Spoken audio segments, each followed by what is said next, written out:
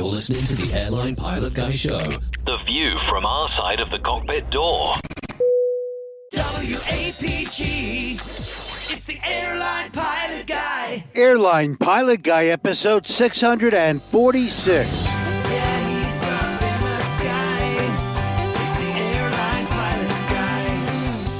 Hello, you're listening to the Airline Pilot Guy Show, the view from our side of the cockpit door, with your host, Captain Jeff, broadcasting live from the APG Road Vessel Studio. Today's show is recorded on the week of January 6th, 2025. Yeah, he's up in the sky. It's the Airline Pilot Guy. Picture light and he's flying by. With the Airline Pilot Guy.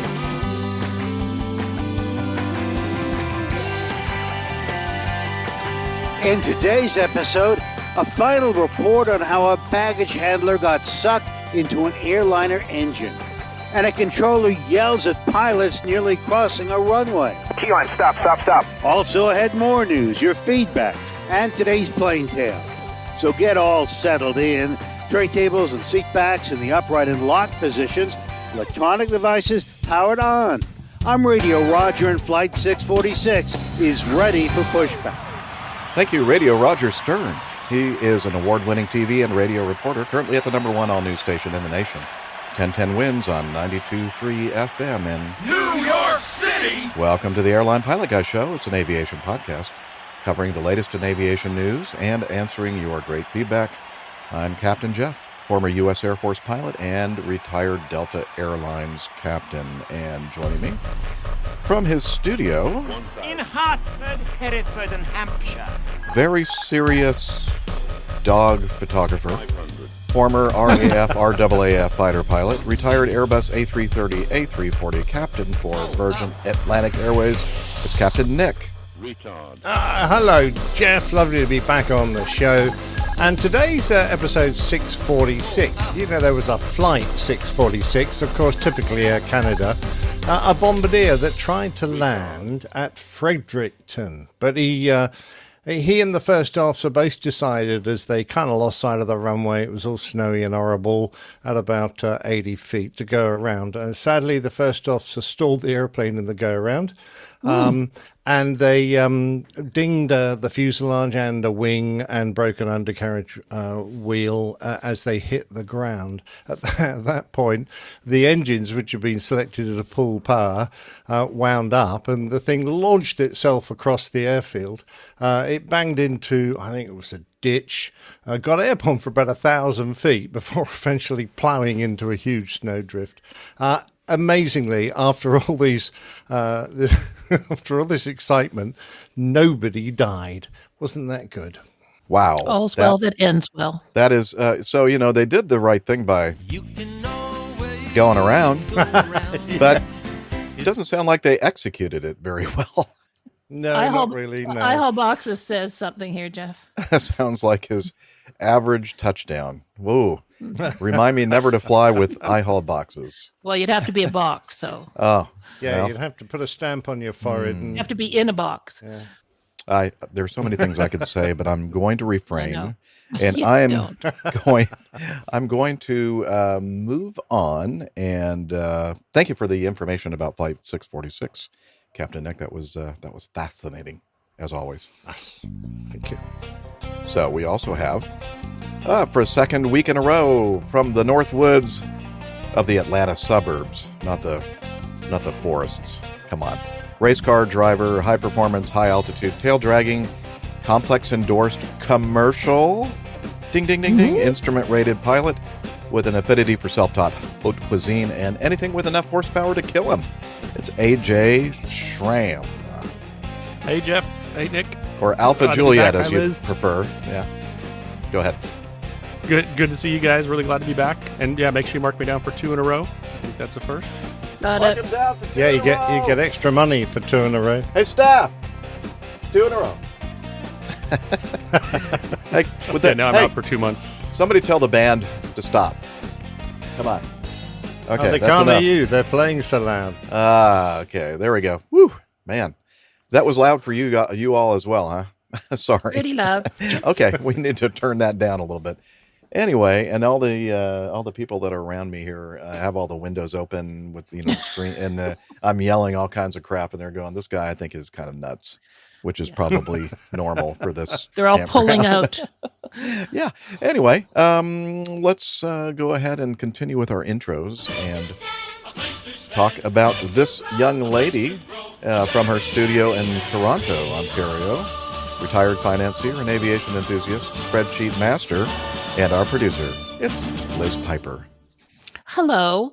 From a non-snowy Toronto, I've got that as an advantage over certain people at the moment. Yeah, I think we're going to hear all about this. Yeah. Not quite a snowpocalypse in Atlanta, but they're getting a little winter weather Flurries. there. A little flurries. And you're not there. Constitute a And I'm not there snowpocalypse. for sure. That's why I'm down here where I am, and I'll tell you all about that in our Getting to Know Us segment. Have a good show, you guys. Thanks, Liz. Cheers, Liz. And we're going to go ahead and start off with, since it is an aviation podcast, with some aviation news.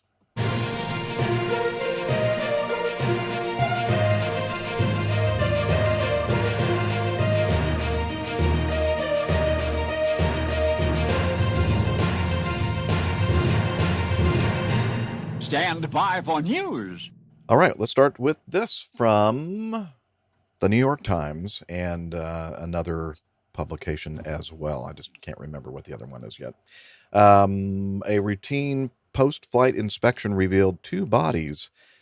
Let's see. Let me read the headline. 2 bodies found in JetBlue plane's landing gear at Fort Lauderdale Airport. Again, this one is from the New York Times. A routine post-flight inspection revealed 2 bodies in the landing gear compartment. I just read that. Let's see. 2 bodies were discovered. How many times do we have to tell you? How many 2 bodies? bodies. I'm a little confused. 22 so Did they far. say? Okay. Well, I think about 6. We're up to 6 now. Okay. JetBlue flight 1801 departed Kennedy Airport. I was going to say Kentucky Airport. Kennedy Airport in New York at 7:49 p.m. Monday night and landed in Fort Lauderdale Hollywood International Airport at 11:10 p.m., according to flight tracker data. The bodies were discovered during a routine post-flight maintenance assessment of the plane, the airline said. Paramedics pronounced the 2 people dead at the scene. According to the Broward County Sheriff's Office, it was unclear how long the people had been in the landing gear compartment. And so they talk a little bit That's about a worry. landing gear apartments and, This what is they when are. you should go to the next article. 'cause That's they what talk I'm about going to how do. long- Good yeah, suggestion, yeah. Liz. So the next article kind of gives us a little bit of clarity here.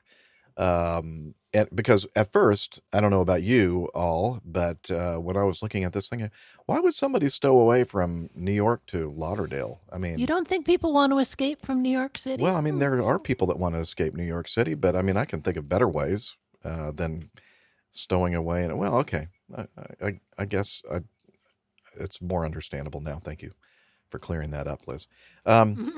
So this one from in the independent.co.uk.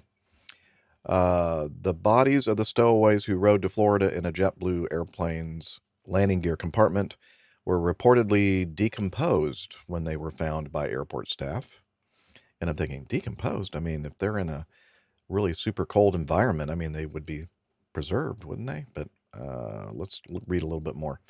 A gate technician in the landing gear area noticed 2 males who appear to be Signal 7, advised they are not moving in the landing gear area. And this is a police radio code to describe a dead body.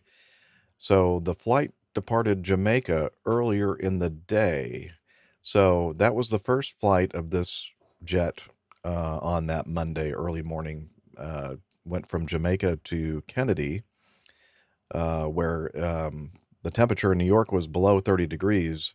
But that, really is kind of inconsequential because the temperature up at altitude in the landing gear compartment that's not heated or pressurized, it would have been much, much colder than that. Almost as cold as Atlanta. Almost as cold as Atlanta. Not quite. Yeah. The plane then flew from New York to Salt Lake City, Utah, and then came back from Salt Lake City to Kennedy in New York. And then that night flew its final leg to Fort Lauderdale. So now that makes a little bit more sense.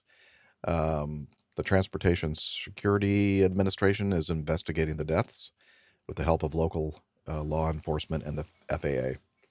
It's a heartbreaking situation, JetBlue said. They're working closely with the authorities to understand how this occurred. I know how it occurred. A couple Jamaican people went on the ramp and got inside the landing gear compartment. And I guess they were desperate to leave Jamaica. I don't think they maybe quite understood what they were getting themselves into. So... Well, you want to say anything about, we talk about these kind of incidents quite often on the show, and sometimes it's hard for us to understand the circumstance that would cause somebody to think that was better than living where they are, and, there's a chance Especially for a when it's better cold life. up north and it's warm down there. Yeah. Yeah, I think it's worth mentioning that it's very unlikely you're going to survive a flight in the landing gear. It's not a pressurized area, so you're going to be suffering from decompression sickness. You're going to be subject to the very low temperatures that occur at cruise altitude, often minus 50, sometimes up to minus 70 degrees centigrade. That with the low air pressure is going to lead you to possibly die from hypoxia. So it's a pretty awful environment to be in. So you've got to be desperate. So the more we get the word out that you're very unlikely to survive an attempt to stow away in one of these bays, perhaps the more lives we'll save. One area I'm a little bit disappointed is that the landing bays, gear bays, aren't inspected on every turnaround. So the fact that this aircraft was turned around and sent off on another flight, and it was a while later that the bodies were detected, is a bit sad. I mean, when I did my walk around, I'm not trying to say I was the perfect pilot. I certainly wasn't. But in countries where I suspected this sort of thing might happen, I used to put it's a long way up to get to the landing gear bay on a 340. I used to put my arm up. I'm a pretty tall bloke, so I could get my phone into the landing gear, and then I'd take a picture and then come back and look at it and see if there was anyone skulking around inside the landing gear bay. A lot easier on the 320. You might even be able to poke your head up there. Did you ever find anybody up there?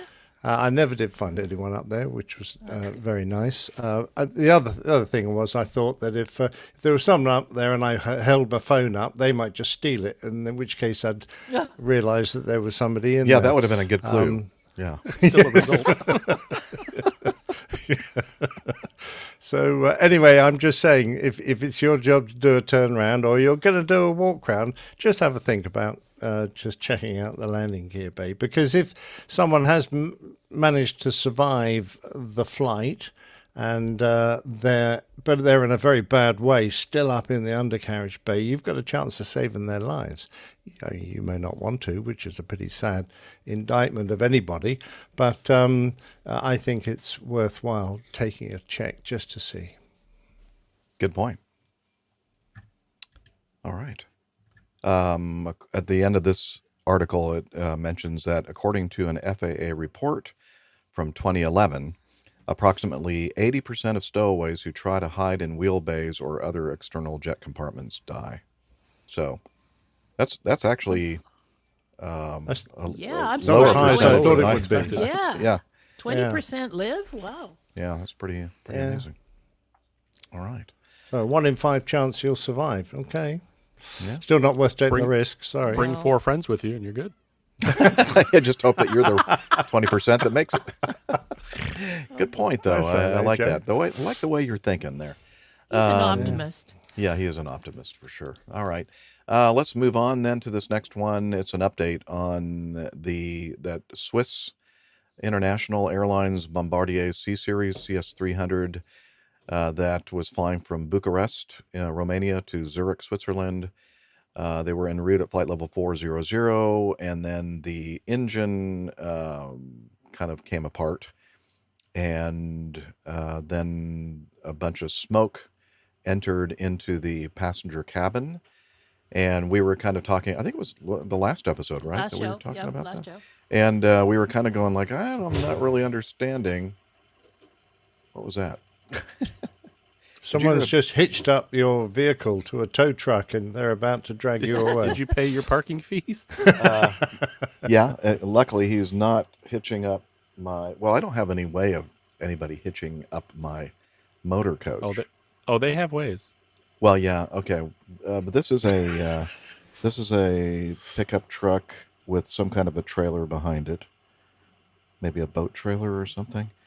I'll explain later where I am and why there might be somebody in a pickup truck attaching a boat trailer, because I have boats that are in the water behind me. In use. Yes.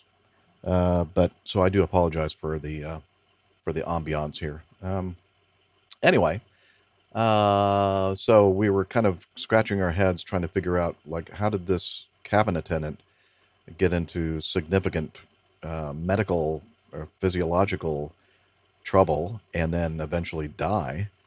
And so now we have a little bit more clarity. They talked about on the 5th of January, which was 5 days ago, the Austrian state's attorney reported that an autopsy revealed the flight attendant had died because of serious brain damage, edema and hypoxic brain damage caused by lack of oxygen supply. The flight attendant had an extremely enlarged heart, and there are indications he suffered from septic bronchitis. So I guess those were probably pre-existing conditions, I'm guessing. It doesn't say that. I'm guessing, but it doesn't sound like he was very well in the first place. Whether this is connected to the cause of death is part of further investigation. The role of protective breathing equipment, PBEs, is also the subject of investigation. Also on the 5th of January, the Swiss Federal Prosecution Office said they're investigating as well and are in contact with the Austrian Prosecution Office in Graz.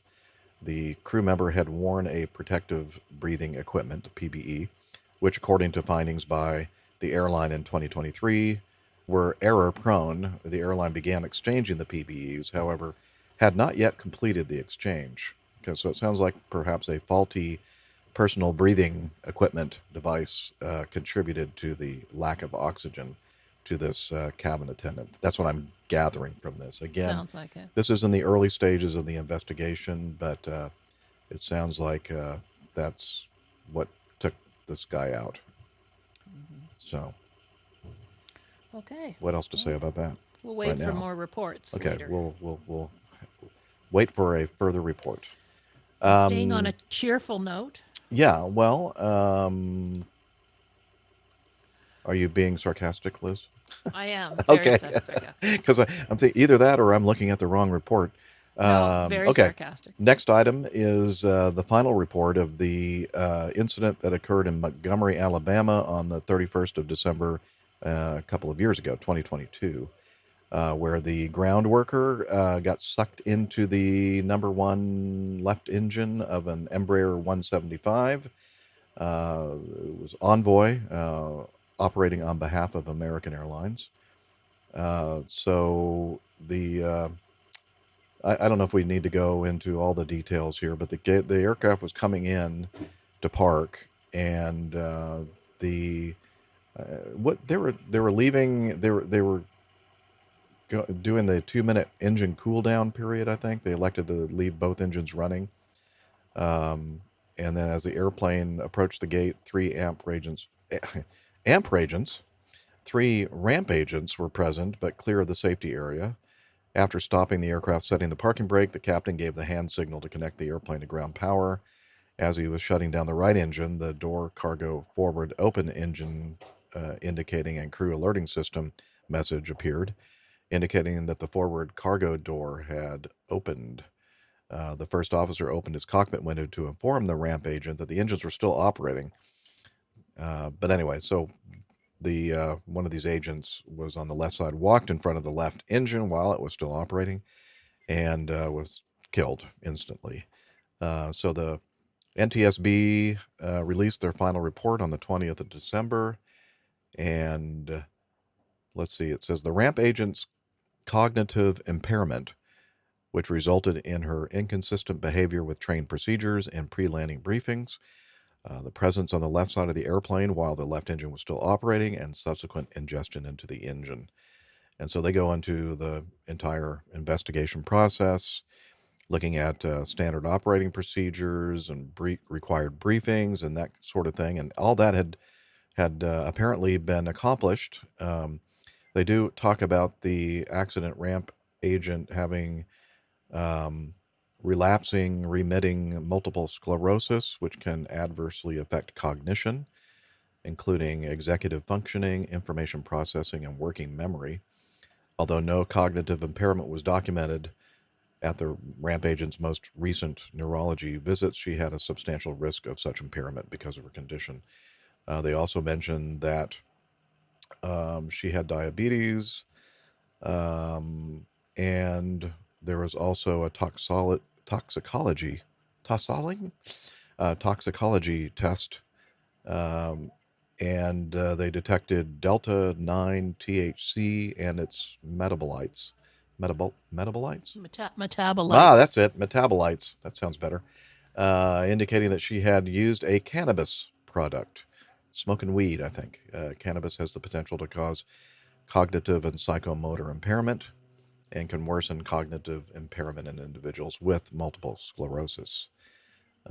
So they're thinking that all these things may have combined to alter her cognitive processes, and her judgment was deficient, and she walked in front of an operating jet engine, and which it was a terrible tragedy. It wasn't, I don't think they said anything about this in the report that, that some people had suggested or surmised that she did it on purpose, to commit suicide or whatever, but it doesn't seem that was a factor, that she just had impaired judgment and walked where she shouldn't have. No situational awareness. Yeah, no situational awareness. Very, very sad. But that basically is now putting the cap on this terrible occurrence, and that's the final report, and may she rest in peace. Yeah. Good. Yep. All right. Continuing on with this from Paddle Your Own Canoe. Well, you know what that deserves? That deserves a... We love our Paddle Your Own Canoe articles. Yeah. Let's see. Flight attendant seriously injured after falling from an open door of a Boeing 737 when the air stairs were removed. She had to be rushed to a hospital on Monday afternoon when she fell from the open door of the 737 as they were preparing for departure at East Midlands Airport in England. Let's see. Witnesses who were aboard the plane said that everyone had boarded and all the doors had been closed in preparation for departure when the flight attendant had to reopen one of the main boarding doors. It doesn't explain why she had to. The young woman expected the mobile's air stairs to be attached to that side of the plane and went to step out onto the platform. By this point, however, the air stairs had been driven away, and the flight attendant plunged to the tarmac below. Flight attendant's injuries were so serious that the local ambulance service dispatched an air ambulance to the scene. Air Accidents Investigation Branch has confirmed that it has launched an investigation after sending investigators to the scene to interview the other crew involved in the incident. Yeah, that's sad. Now, we kind of discussed this before recording the show and said it, we've heard of instances like, for instance, the Finnair flight attendant in 2020 who was seriously injured after he fell through the open door of an Airbus A320, which is much higher above the ground. It sits up much higher off the ground than a 737 does. But the 737 is high enough that walking out of an open door and falling onto the tarmac below can definitely cause serious harm. Oh, absolutely. Even more so if you're on a wide body where the aircraft is substantially larger and the fall distance substantially further. It's such a shame, and I suspect the Air Investigation Branch will try and determine if the training was adequate, because that's what this really comes down to. We all know that the airport is a terribly dangerous place to be. It's a nightmare, really. But and the way we operate, doing it nice and snappily to make sure we make our on-time departures, etc., sometimes exacerbates the problems. But certainly there are very firm procedures about how to open a door and how to check it's safe outside. But if you've just closed the door and the stairs were there and you've decided you need to open it again, I suspect in her mind she imagined the stairs were still going to be there but didn't check properly. So that's very sad. But this one, she survived, correct? Yes. What we read?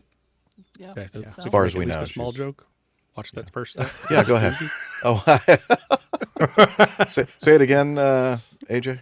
Watch that first step. It's a doozy. It is a doozy, for sure. Indeed. Yeah, good one. Possible show title. I don't know. Write it down. Write it down, somebody. All right. Got it.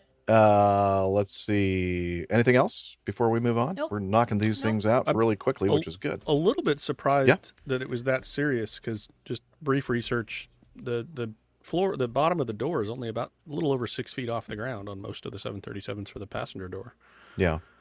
So I guess if you pitch forward and bang your head, though. yeah, Yeah. it's That all might about the be, angle, but Yeah, if Yeah. she like stepped out thinking there was a platform there and then just like kind of did a half fall, somersault free or fall. something and landed on her noggin, it could Yeah. definitely be a embarrassing doozy. too.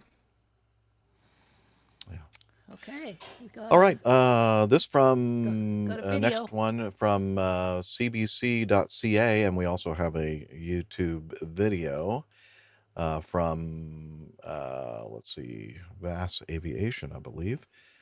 So if you'll add that to our stage, Liz, please, and I will attempt to play this video again from VAS Aviation. Delta 471, Los Angeles Tower, good afternoon. Wait for one off the other side. Traffic will cross downfield, runway 24 left, line up and wait. 24 left, line up and wait, Delta 471. Southwest 4110, traffic will hold in position. Cross over 24 left, contact ground point 65. Cross 24 left, contact ground, Southwest 4110, yes. Gulfstream 709 Delta Sierra, turn left to taxiway Victor, keep it rolling. Cross runway 24 left, there is traffic in position, where do you park?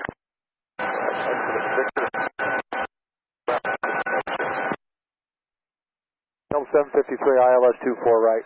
Delta 753, Los Angeles Tower, good afternoon, wind 130 at 6, runway 24 right, clear to land. Clear to land 24 right, Delta 753. Delta 471, wind 130 at 6, RNAV Delray, runway 24 left, clear for takeoff. RNAV Delray 24 left, clear for takeoff, Delta 471. We're seeing some video of the business jet landing on the outer runway and the Delta jet beginning their takeoff roll from 24 left. Keyline 563, turn left when able and hold short, runway 24 left.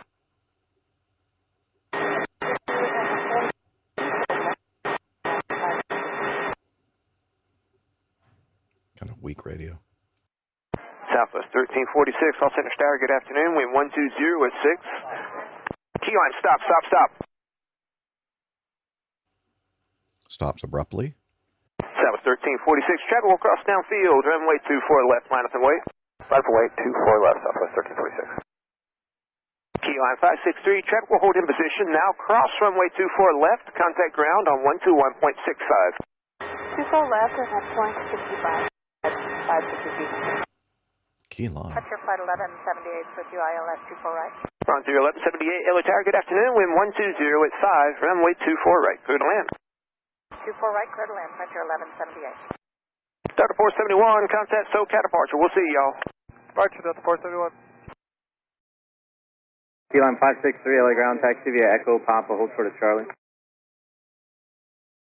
Ground Keyline 563 on November 2 Park, Keyline 563, LA ground, turn left on Echo, taxi via Echo, Papa, hold short of Charlie. Keyline 563, possible positive deviation, I have a number for you, advise ready, copy. Uh-oh. Beeline 563, phone number area code 310-337. Beeline 563, thank you, contact ground point 75. 75, Juliet, 563. And they're showing the replay, and I called it a business jet, but it's actually, I guess, a commuter airline. Key Lime. I've never heard of Key Lime. I don't know if they're going to Signature. It might be something private.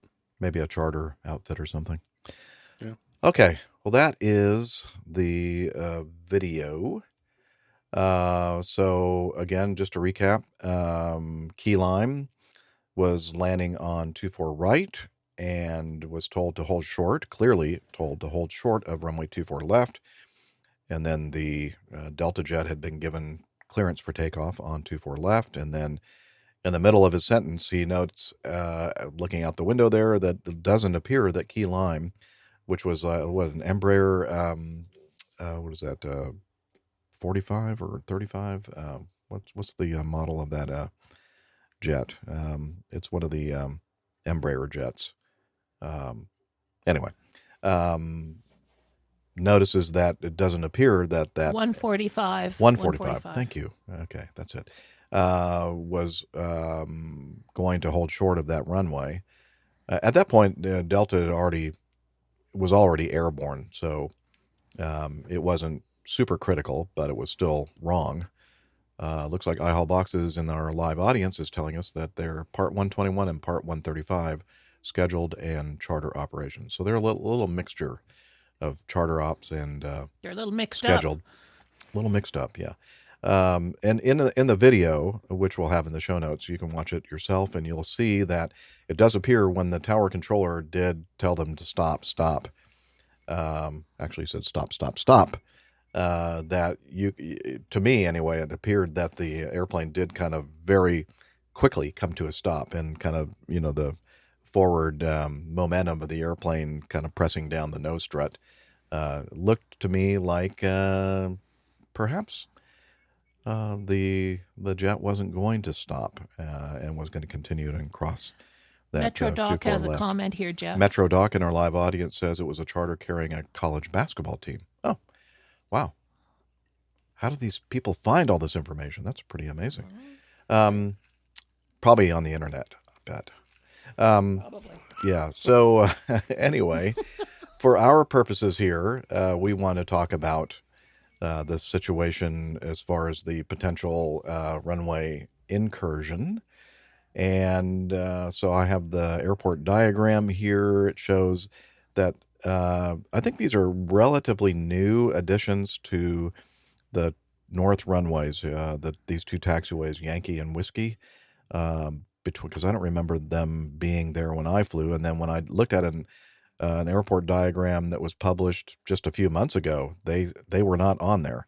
And I looked at a Google Earth image, and sure enough, they were under construction at the time. So I think they're relatively newly open. Not that that has anything to do with this incident, but I was remarking to Captain Nick when we were talking about this yesterday that I know that from my experience, a lot of experience flying in and out of Los Angeles International in the 90s, and most of the time it was operating on the south runways, 25 left and 25 right, that the distance between these parallel runways, and it looks to be the same kind of distance over there on the north side, is not a great amount. And when you come off this little kind of I'd call it like a mini high-speed taxiway exit, Yankee, it's not a lot of space between the time that you leave 24 right and you have to stop, because there are going to be some hold bars there. And in the video, it appeared that the Key Lime jet had kind of crossed, or they were past the. Again, it depends on the angle that we're seeing the video and all that kind of stuff, but it looked like they had already passed the hold short line, and we're getting awfully close to the active takeoff runway 24 left. What do you guys think? Oh, very much so. Jeff.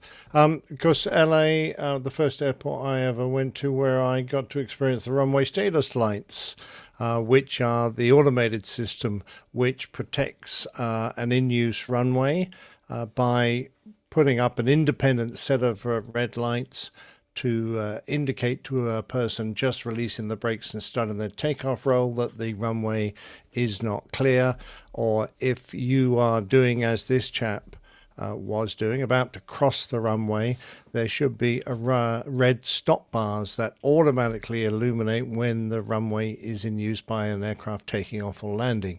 So, I mean, this is one of the, and it's quite an expensive measure. This is one of the measures that, particularly in the States, that are being introduced to try and prevent runway incursions. Now, if this crew managed to not only ignore their stop clearance they've been given. It's not a clearance really. If you're told not to cross, it's a non-clearance. Their instructions to stop before the runway, and manage to not see, assuming it was active on this newly built taxiway, not obey the red stop bars, then I'm pretty concerned. They must have been very distracted by something else that was happening on the flight deck, so they weren't really paying attention to what they're going on.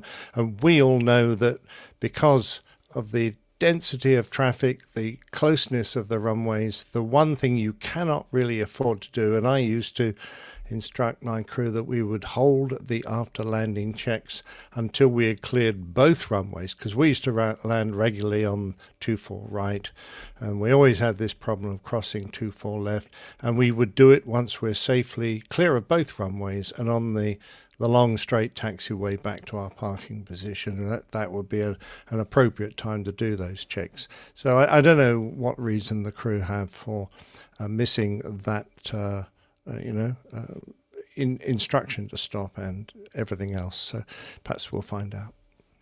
It looked like looked at it on satellite view, and it is a very, very short distance between the hold short bars coming off of 24 right and on to 24 left. So I could see how, especially that being a kind of angled like a high-speed taxiway, at least. If you roll off with any kind of speed, you're at that other stop bar right then. Yeah, so that's it could have just surprised them how quickly it came up. That's been my experience in LA. You have to really be aware that you don't have a lot of room to. In fact, as Captain Nick was saying, they may have been distracted by some post-landing checklists or something like that, heads down, whatever, thinking that, well, we normally don't have to jam the brakes on as soon as we leave the landing runway. And the other thing is that maybe they don't have a lot of experience flying into LAX. And the other thing I was going to say is huge props to that controller, because he stayed just completely level through the whole thing. He said, stop, stop, stop. They stopped. And then he carried on with his day. He didn't get upset about it. He didn't hang on to it. So that's almost... No, I agree, AJ. That was very professional of him. Almost triad level kind of essay right there. Yeah, almost. Almost.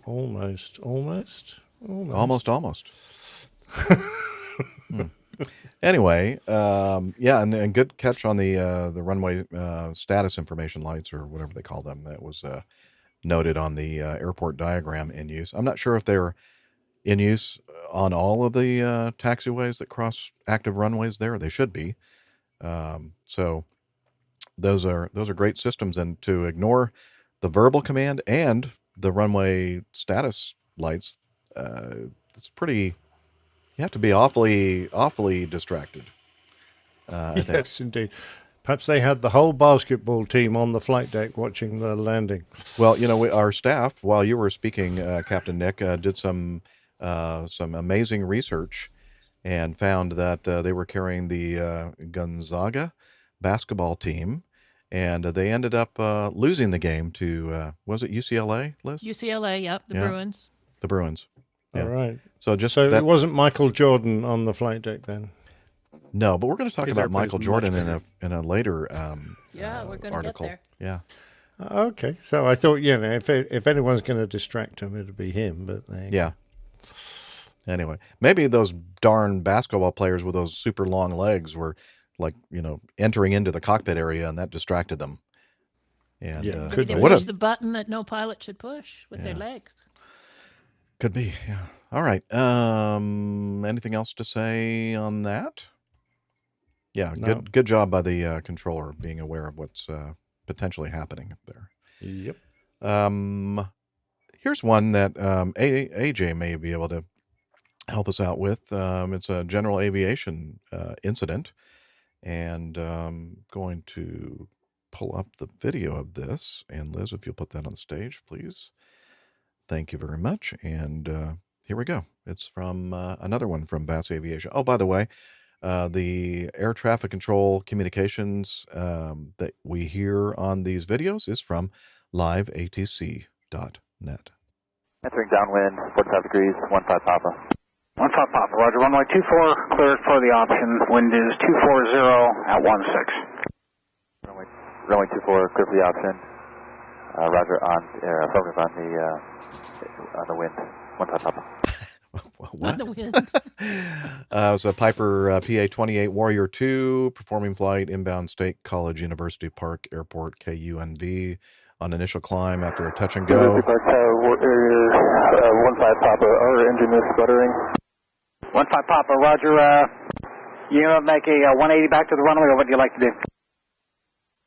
Yeah, I think I got to land in the field. Okay, copy that. The wind check 270 at 18, altimeter 3005. We'll get the trucks rolling. Cap 3731, exit Alpha 4, then Alpha Fox to the T's. Alpha 4, Fox at Fox to the T's. Look for that guy. Tower 10 Papa, we are safe on the ground. And 15 Papa, roger. And where exactly you set down at? We made a 90-degree right turn, and I'm in Graz next to some weed. Some weed. Okay, we'll get someone down there looking for you. You are safe though, and everyone's okay on board? Yep, we're safe. The engine is still kind of sputtering. We're going to shut the engine now. Okay, we're getting personnel on the way. Thank you. By the way, I've just paused this for a moment. The with these videos, Victor puts in subtitles and puts down what he thinks that he's hearing. Now, he's not a native U.S. or English speaker, so he thought the guy was saying they were next to some weed, but I think what he said was wheat. And we'll see in some photographs. I prefer that he shouldn't have said that, Jeff. I prefer the first one. Okay, yeah, he did. He definitely said weed. he was definitely in the weeds. Yeah, okay. And I was also going to say that the controller said, you know, where are you going to go? And he said, I'm just going to put it in the field. And he goes, yeah, I'm giving you clearance to land on the field. Field are two different fields, I guess. Okay, here we go. Yeah. He's off station somewhere west of the airport, say a mile and a half or two. I notified 911. They're not sure what to do. I said you guys would get a hold of them. Off field, that's correct. They're off field. Unknown souls on board, but everybody on board is safe. 2 souls on board. Okay, 15 Papa. Are you able to hear me then? Okay. Yeah, I can hear you. Okay, so 2 souls on board. Everybody's safe, and you have no idea exactly where you're at, just somewhere west of the airport? We're near some weed. Cap 3731, are you able to go scout out where he's at so I can get some trucks on the way? Absolutely, we can do that. Cap 3731, roger. Proceed, runway 24 clear for takeoff, and he looks like he was just west of the airport there. I saw him go airborne maybe a mile or so off the departure end, north of the center line. Okay, we're pausing He's again. Off-field, in a field. He's off-field, on a field, in a field. Near smoking weed, I think. I don't know. I'm very confused. By the way, CAP, the call sign CAP is Civil Air Patrol, which their kind of mission is to do search and rescue and this kind of thing. So it was very convenient that he happened to be in the pattern, actually landing behind this incident aircraft. And we'll hear more about this in a second. Yeah, I saw turn right. We're clear for takeoff 24 here at Alpha 5. Yep, 24 at Alpha 5. I am behind. Yeah, so we actually saw him. I'm in some guy's backyard. He's walking around. Okay, copy that. I got a Cessna departing right now. He's going to go over your position, and we'll get a better estimate on where you're at. Just hang tight, and we got some people on the way right now. Okay, you said if you just passed, I'm on the other side of Fox Hill Road, and it's like just a straight short. Yeah, north of Fox Hill Road. Next to the weed. Okay, north of Fox Hill. Okay, copy that. Cap 3731 altitude, you're just... That neighbor is kind of pissed off because the guy landed in his weed. Discretion, he is north of Fox Hill Road, which is the road that runs parallel to the runway there, just west somewhere. Just let me know when you do get over him. Okay, my observer is looking for him right now. Okay, we got him. All right, Cap 3731, copy that. You have to maneuver for a bit till the off guys get a visual on you and him? Yeah, we got a visual. It looks like he landed northbound, and he's at the end of a thin grass. He picked a nice bait. Great. Well, grass and weed. I thought it was the same thing. Over Fox Hill or Fox Run Road? Clarification. Okay, he's maneuvering basically over where the Warrior is at until you guys get on station and see him. Also, Center County is not sure what to do. You guys might want to communicate with him. Okay, the first fire truck just went right past where they are. Uh-oh. And RF-21, did you copy that? Most of the fire trucks need to turn around. And RF-21, you hear the sound? RF acknowledges. Okay, copy that. East side of tennis courts. And RF vehicles, he's east side of the tennis court, so let me get an eye on him. Okay, first fire truck should take a left in about a quarter mile or less, maybe an eighth of a mile. And if you guys want to communicate directly with the spotter plane there, that's fine. About a quarter mile left turn, they said. You'll see a long grass strip pointing north. Okay, first fire truck definitely going the right direction now. I am. You drove up the right, the correct path, and then to your right, ahead, in the grass is the plane. I'm right over it now. I kept 3731. I can't hear the RF vehicles anymore. Just, you can relay everything, the frequency's yours. Okay, the fire truck has arrived at the airplane. All right, copy that. You want to continue to orbit, or you good with coming back to the airport if they're on station? I think I should come back to the airport. They've found the plane. Cap 3731, appreciate the help. Runway 24, clear to land. Runway 24, clear to land. Cap 3731.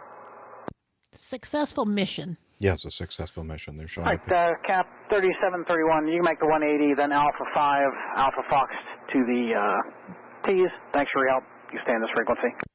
No problem. It's why you do this. In 23 years, first time I've had to do that. Yeah, it was kind of nice that you guys were there right when that happened. It looked like he was on an odd touch and go there, and I'm not sure what he was. I thought maybe it was the wind, but yeah, then when he took that hard turn, I knew something was up. It was good that we were number 2 because we got to see him do that. Yeah, appreciate the help, guys. Showing pictures of the airplane in the field, and it looks like it's no scratches, nothing. It looks like it was a beautiful soft field landing. Yeah. I guess that's why you got taught how to do a soft field landing, AJ? Absolutely. Ben Singer in our live audience says, I wonder if his pre-takeoff briefing included, quote, if engine failure, we're going for the weed. I bet it did. Sounds like they were pretty ready for that, maneuver. Anxious. Yeah. So, have you ever flown a Warrior? Flown a Cherokee, which is very, very, very similar. Yeah. Cherokee, Archer, Warrior, they're all basically the same. Okay, I've got a question, AJ, not wishing to put you on the spot. Why is the trailing edge swept forward of these aircraft? And on both the tailplane and the wings? Aerodynamics. Yeah. Good answer. What aerodynamics? You have to call Piper. I don't know the answer to that. Get Piper on the phone. Yeah, not I'm you, here. Not you, Liz. Oh. Different Piper. Oh yeah, we do have a representative from Piper now with us. Yes, we do. Go ahead, at all times. I don't know. This Piper. seems funky. I think it's spelled different. Yeah. Something's off. Yeah, well, unfortunately for me, she's spelling it the Canadian way, I think. Yeah, with a U. I think we need Nick Camacho. Doesn't he know about all these aerodynamic things? He would be able to Oh, give yeah, you he would. the formula. Yeah. Camacho, where are you, man? I don't know.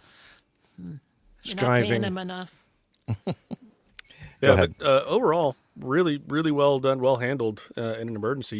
You could kind of tell from the audio on the radio that this was probably a student pilot, and he sounded already a little bit kind of at his capacity somewhat. When you start reading back something about the winds, you're just trying to regurgitate information at that point. Right. You can tell I was like, capacity's taken up. What is he saying? Roger, there's wind. Got it. Okay. Okay, I got the copy the wind. So really, really well done. I think he made a very good decision, quick decision, and was lucky to have a great landing spot right there. I was going to say, needed it, so. His training was great. He resisted the urge to try to do the impossible turn back around and land on a hard surface runway, and thought, nope. I think, he's probably hearing his instructor saying, look for a field, land straight ahead into a field. I guess he made a 90-degree turn initially, and then saw that beautiful, looks like almost like a grass runway. We're seeing on the video, they have an overhead view of the, let me see if I can back this up and see the actual I've landed place. on grass runways that looked a lot worse than that. No kidding. I mean, it was almost like a perfect place for that field with all the weed in it. Was located. And why can't I find it now? Here we go. There we go. Look at that. That's the shot of the overhead view of. There's a tennis court. This property looks like I don't. Is that an actual? Like an individual's? Almost looks like a private club airport? Or something, because there's several pickleball courts and tennis courts and that sort of thing over there. And that looks like a runway to me. Yeah, it does. It really kind of looks like a grass runway. Yeah. So it worked out well for him. Tim Van Ram. Tim Van Ram says, put that in your piper and smoke it. Yeah. Okay. Thank you very much for that. Yep. Only other thing I noticed on that video is he, good for him for staying on the radios, probably would have shut down the engine pretty much right away instead of talking about it for a minute or two while I thought the same thing, like the engine's still sputtering. I'm thinking, why the hell is it still running? Off, make it off. Turn it off. So I was getting some behind the scenes direction from our producer regarding the news items. We're at about an hour right now. Just coming up to an hour. So let me take a look here. I definitely want to cover this H. Yeah. But the other ones we could hold for the next show. They're not time critical, just FYI if you don't want to. Speaking of time critical news, there was a Delta flight that shut down and popped the slides on the runway this morning at just a little bit ago at Atlanta. Really? Apparently an engine fire. Everybody okay, I think. Wow. Got a text from my dad just a little bit ago. Interesting. I wonder if they were sliding in the snow after they left the slides. There are pictures of the airplane with the slides going down into the snow on the runway. Oh, wow. Very, very interesting. Hope people weren't wearing their flip-flops. Yeah. Well, it was headed to Minneapolis, so I don't think they packed their flip-flops. Well, I don't know. You know, have you been on civil airliners with your typical passenger? This is a valid point. Yeah. Okay. Let's go over this one, which is an interesting one, I think. From Paddle Your Own Canoe. It's H. Pilot sues United Airlines for defamation over landing that left the Boeing 767 with major damage that took 7 months to repair. Oh, it just so happens that's the same amount of time that he was a first officer. An ex-United Airlines pilot, you notice, they say, that's kind of redundant, isn't it? An ex-United Airlines pilot who was terminated, by the Chicago-based carrier following an abnormal landing that left one of the airline's aging fleet of Boeing 767s with such severe damage that it took 7 months to be repaired, is now suing the airline for defamation. Romulo Silva filed his lawsuit against United Airlines earlier this week in a New Jersey district court, demanding damages of at least $100,000 over claims that the airline made false statements to the FAA in the aftermath of the accident. The lawsuit stems from an incident on July 29, 2023, which we covered, when Silva was the pilot flying a Boeing 767 from Newark to Houston Intercontinental Airport as Flight 702 with 193 passengers on board. According to a preliminary accident report by the National Transportation Safety Board, as the aircraft landed, the nose wheel made contact with the runway with an abnormal force, equivalent to a gravitational force of 1.4 G. The aircraft then bounced, and despite Silva's attempts to stop the aircraft from impacting the runway with force for a second time, the nose gear again slammed onto the tarmac with a gravitational force equivalent to around 1.6 G. Then there was a second bounce, and the nose wheel once again impacted the runway for a third time, this time with a gravitational force of 1.6. So initially a 1.4 and then two 1.6s. It all adds up to about what? Ding, ding, ding, 3.2, 4.6, if I did my math correct. Adds up to a wrinkled fuselage. Yeah, that's what it ended up to a being. broken 7.6. A very, very wrinkled, crumpled fuselage on a 767. And let's see, there was substantial damage to the upper crown of the fuselage. The damage was so bad that they had to immediately pull the airplane from service. And but anyway, as I said, it took them 7 months to complete the process and put that new section of the fuselage in. And it's flying again. In his lawsuit, Silva admits that he was the pilot flying the plane at the time of the accident, but insinuates that the captain was responsible for the unusual landing because he failed to arm the speed brakes. The fact that the speed brakes weren't armed, Silva claims, was the reason that the nose gear went down hard on the runway.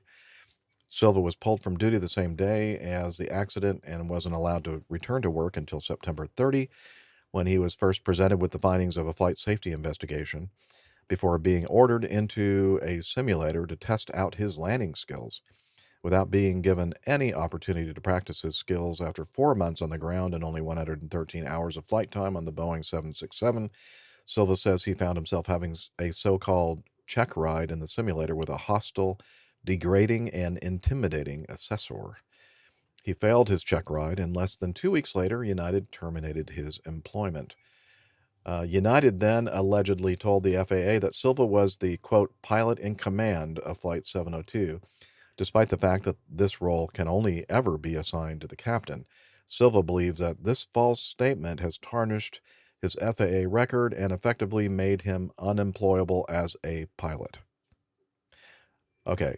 I don't think that's the reason. Comment time. I don't think that's the reason he's having trouble getting employment with another airline.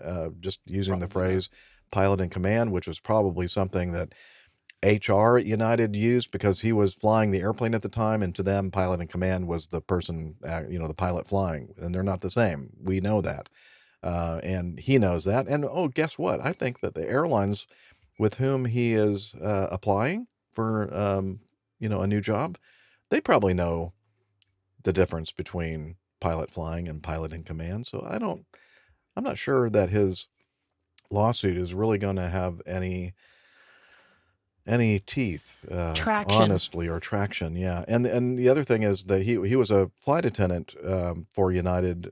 I don't recall it saying how long he was a flight attendant, but then he got his flight training, and he had been a first officer for United for 7 months. And that leads me to believe, because he was actually fired, that he was probably still on probation. And when you're on probation and you do something like this, you really don't have the people, looking after you and defending you and supporting you. Like if he were off of probation, he would have been a full-fledged member of the Airline Pilots Association, the union that represents the pilots at United, and they probably would have kept him from being terminated. But because he was likely still on probationary period, they said, yeah, you're out of here. And he's kind of upset by that. And I don't know. So Blackhawk says, rule number 1 of a bounce, never, ever push the nose down. Exactly.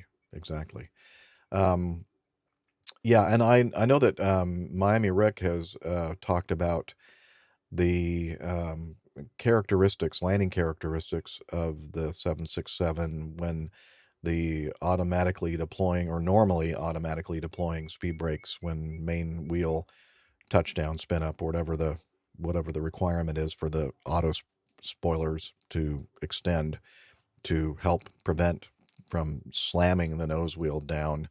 It is a thing. I know we have some people here in our live audience that have experience flying that jet. I'm pretty sure anyway. And so maybe you can chime in as well. But it is a known thing, and it probably caught Mr. Silva by surprise. But you have to know how to recover from a bounced landing, as Blackhawk mentions here. And apparently he didn't do so, and that resulted in significant damage to the aircraft. But his lawsuit, to me, I was thinking if he was really serious, I don't know about you all, but if the implication here is that United now has kept him from ever gaining gainful employment with an airline. I don't know how old he is, but I would have shot for a figure much higher than $100,000. That just seems like, really? Why even bother? I would say, I have 30 years left in my career, and based on that, you guys owe me $5 million or something, much higher. That's just me, I guess. But Blackhawk in the audience says the 7576 does not have a speed brake armed light, so as an FO, you rely on the captain doing it. Yeah, and I guess you can glance over and see whether or not the speed brake handle has been armed for deployment. Maybe even, putting your hand over there on it just to kind of double check, as we did on the jet that I used to fly. Anyway, yeah, there were some circumstances here that led to this event, but the way he handled the bounce, number 1, and number 2, his performance in the simulator after the fact. I mean, maybe he just wasn't a very good, or didn't have great landing skills. I don't know. What do you guys think? Yeah, very much interesting one. Very much, he said, she said. So we're getting one side of the story. We're not really getting an awful lot from United. Although, what can you do? It's a court case, and it'll be sorted out in the courts. Like you, Jeff, I don't think this is a very strong case for Silva. But, all right, let's just assume the captain didn't deploy the automatic or activate the automatic speed brakes.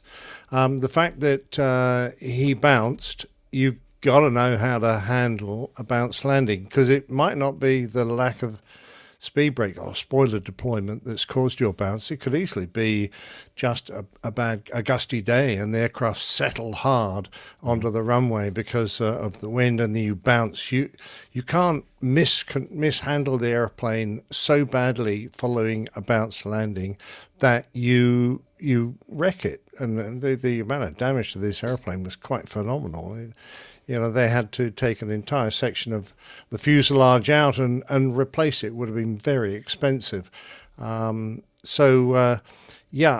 I think that sort of points the finger at the lack of skills or lack of training with this particular pilot.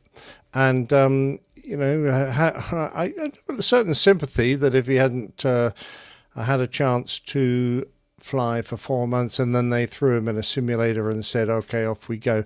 But in my experience, most instructors with this kind of a situation, they've got someone in there who's had a severe problem and is probably a bit shaken by it. The confidence would be shaken by it. A good instructor's not going to just go, well, away you go. They're going to put him up in a situation, and this will have been documented by the company, and he probably wasn't the only person in the simulator was the instructor, there'll be another pilot in there as well. So he's got witnesses, on the conduct of the simulator. They're going to demonstrate. They're going to give him a chance to practice different scenarios where he has to demonstrate his skills in this environment. So it's not like he'll be thrown in, given one chance, and no, you didn't crack that, you're fired. It just doesn't work that way. Right. So my feeling is that they would have tried hard to get him through this hump, this problem, and at the end of probably several hours in the simulator, they probably had to put their hands in the air and go, sorry, that's, you hadn't shown any improvement. I'm afraid what we've seen before and what we see now, because he will have had a training record, quite a long one, after 7 months with the company. He's done all his, his simulator work beforehand, his training, etc. They'll know a bit about him. They will have formed an opinion that makes them decide that they don't really want to employ him anymore. And I think, taking out a court case, if you really want to continue your flying career, taking out a court case against a company that has dismissed you is probably just the wrong thing to do, because any potential employer is going to have their ear to the ground. It's a very small community. Everybody knows everybody. And someone will go, oh, yeah, this bloke's applied to join us. He had a problem with United, but perhaps he's okay now. And then they'll go, oh, but he took out this huge court case and he's been arguing, trying to argue and clear himself, and find some other way to blame his error. In which case you go, do we really want this? Is this the sort of person we want in our company? Perhaps not. So I think he's not doing himself any favours by taking out this court case. And I realise he probably feels upset with United. Perhaps he thinks he should have been given more opportunities to get over this issue. But regardless, they've made a decision. He has to live with it. And if he wants to get another job, then do so. Go to another field or another country and, try and gain experience there. It's almost, I agree with everything you said. It's almost as if Silva realizes I'm screwed and the only thing that I have left at this point is a lawsuit to try to grab as much money, compensation as I can at this point, because he must know that, as you said, trying to get a job with a future airline is going to be almost impossible now with the filing of a lawsuit. And I agree with you also, as does I Haul Boxes in our live audience. As an instructor, you'd want to help and make a better pilot, unless there's an attitude problem that can't be fixed. And if there is, they'll probably have a record of that as well in his training. And, they probably not only sunk a lot of money into repairing this airplane, but they've also sunk quite a bit of money in this person as an employee. And if this person has a great attitude, and they can probably work through whatever they need to do to get his skill level up. And it seems that they probably did that, and it was like, I'm sorry, but we can't, we can't rehabilitate this particular guy, and he probably realizes it as well. So hence the lawsuit, I'm guessing. Again, this is all speculation, but that's the culture. That's the way the culture has gone now, is with the FAA, and for everything I know about the airlines, is that they'd much rather retrain you and make you a better pilot, exactly like you said, because of all of the money they have invested, especially on the airline side, obviously. But a lot of people are terrified. Any incidents with you have a phone number to call. The FAA doesn't want to take your license. They want to retrain you and make you a better pilot if they need to, or however they need to do that. But I think it's the same thing with the airlines, like you just said. I like UH Blackhawk's comment there. I don't know if you saw that. Doesn't this guy watch Austin Powers? Yeah, isn't he? Yeah, he's not $100,000 man. He should be a $6 million man. $1 million. Yeah. Love it. Oh, I was thinking Steve Austin. See, I jumped to the wrong character Austin. here. I was thinking the $6 million man. $6 million might be a little extra. Yeah, maybe. Yeah. We can rebuild him. Yes. Perfect. I just had a memo from the APG legal department. They think it's a frivolous lawsuit. Okay. Thank you. Thank you, staff and legal department. And speaking of, AJ, you mentioned your father had mentioned that there was an incident at the Atlanta International Airport. Well, you may remember Captain Dana. Captain Dana just sent me a text, and it says, "Oh, it was him." Well, no, I don't think so. Sorry I don't to think get he's you on the trouble, Dana. 7.5. Yeah, he goes, "Hey, really, I didn't mean to do this, but sorry." No, it Send wasn't in the him. lawyer contact from Mr. Silva. Let's see, a Delta 757 300 was flying from Atlanta to Minneapolis with 207 people on board, accelerating from takeoff. From Atlanta's runway 9 left. Okay, they were on takeoff. The crew rejected takeoff at about 85 knots over the ground, right there at between the low and high speed abort regime, or not regime, envelope, or whatever you want to call it. The crew rejected the takeoff due to an engine failure, a Pratt & Whitney 2043. Unclear whether engine fire. The aircraft slowed safely, stopped on the runway near taxiway Sierra, about 1,800 meters down the runway. It was evacuated via all slides. 4 people received injuries during the evacuation. Okay, so we'll probably cover this on our next show, most likely. So, Dana, if you're listening, thank you for sending us that information. And if it was you, I hope you have your lawyers lined up. Okay. Thanks, Liz. So I think we decided that we were going to go ahead and end our news segment and move on. Yeah, I think we've got quite a bit of getting to know us. Yeah, we do and have then a we've lot got of getting to know plain us. tail, so Okay, let's do that then by pushing this button that no pilot would push. Except for this pilot. Getting to know us, it's the segment of the show where we kind of get caught up with what everybody's been up to between episodes. And since we were just talking about Atlanta and the Atlanta International Airport, and you may have heard us mention here and there snow or wintry precipitation. And in fact, if you're watching the video, you'll see that AJ is outside on his deck, it appears, and there's a lot of snow behind it. And he's only wearing a short sleeve shirt. I'm on the roof, actually. Oh, you're on the roof. Okay. I'm very committed. Doesn't have a hat on or anything. No, he doesn't have a hat on. He's wearing a short sleeve shirt. It's pretty amazing. What a man. Tell us about what's happening in Atlanta. This might be the next snowpocalypse. Based on the state of the grocery store yesterday afternoon, it was pretty horrendous. But yeah, we got a good bit of snow, surprisingly.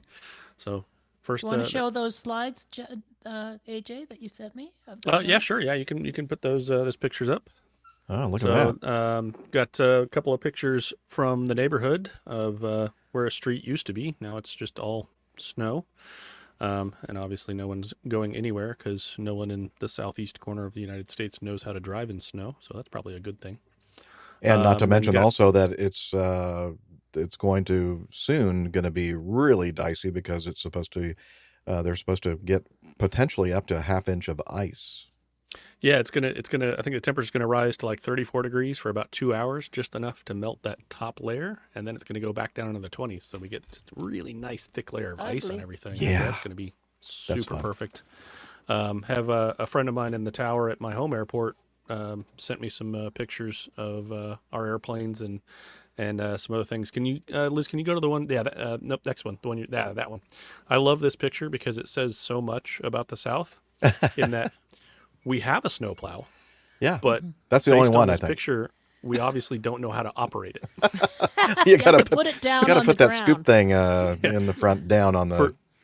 For those on the audio podcast, there's a picture of a snowplow driving across the ramp with the plow blade itself about 2.5 feet up in the air.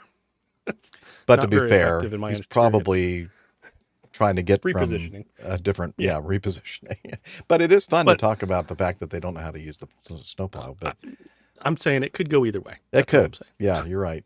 Look at that. That's Pretty snowy. something you scene don't there. see very much at the Cobb County International Airport. Exactly. So, Wow. yeah. So there was obviously some humorous texts between a few people, a few pilots this morning about, hey, you want to go flying? It's only 603. We can do it. Yeah. It's triple the minimum. Nice weather. It'll be fine. Nice. But yeah. So it was glad I got back when I did, because that airplane in one of those pictures, the close-up airplane, that was the one I flew back from Charleston. So Back? Yeah. What are you talking just about? a couple days ago. What were you doing over there in Charleston, just to kind of remind everybody? As we touched on in the last show, I was out there for the COM3 program. It's an accelerated commercial program, which I don't know if accelerated commercial is really the right word for it, because you have to come in with all of your prerequisites, all of your long cross countries, and all the things the FAA, the hours and things that you need, and your written test and all that. And basically, it is a intense training period right before your check ride. So you spend 3 straight days with one instructor. You guys are joined at the hip for 3 days straight, and then you do your check ride right after that. And it was fantastic. I had an amazing instructor. Had a lot of fun. We clicked right away. Pictures that are showing right now are of downtown Charleston and the Ravenel Bridge, which is a beautiful place to fly.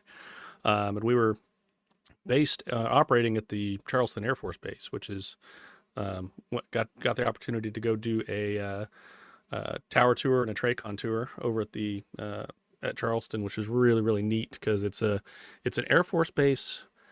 My understanding is the Air Force owns the base, owns the airport, but they give the airport and the taxiways to the Civilian Airport Authority, and they keep their own ramp. They got a lot of C-17s and some other things. Yeah, kind of a stationed typical joint use kind of a setup. But it's listed on the chart as Charleston Air Force Base if you look at your sectional, which kind of apparently throws off some people, because the tower controllers were telling me a few times that they've had Air Force guys doing training flights and things, and they call them up and say, hey, we'd like to do some night vision ops, which for those unfamiliar is where you turn off every single light on the facility, and they come in and land under night vision only. And the tower controller's like, no, I'm not going to do that, because there's a Southwest 5 miles behind you on final. Uh-huh. They may not be prepared for that. So that's some interesting stuff. This is, I believe, on final into runway 3 at Charleston.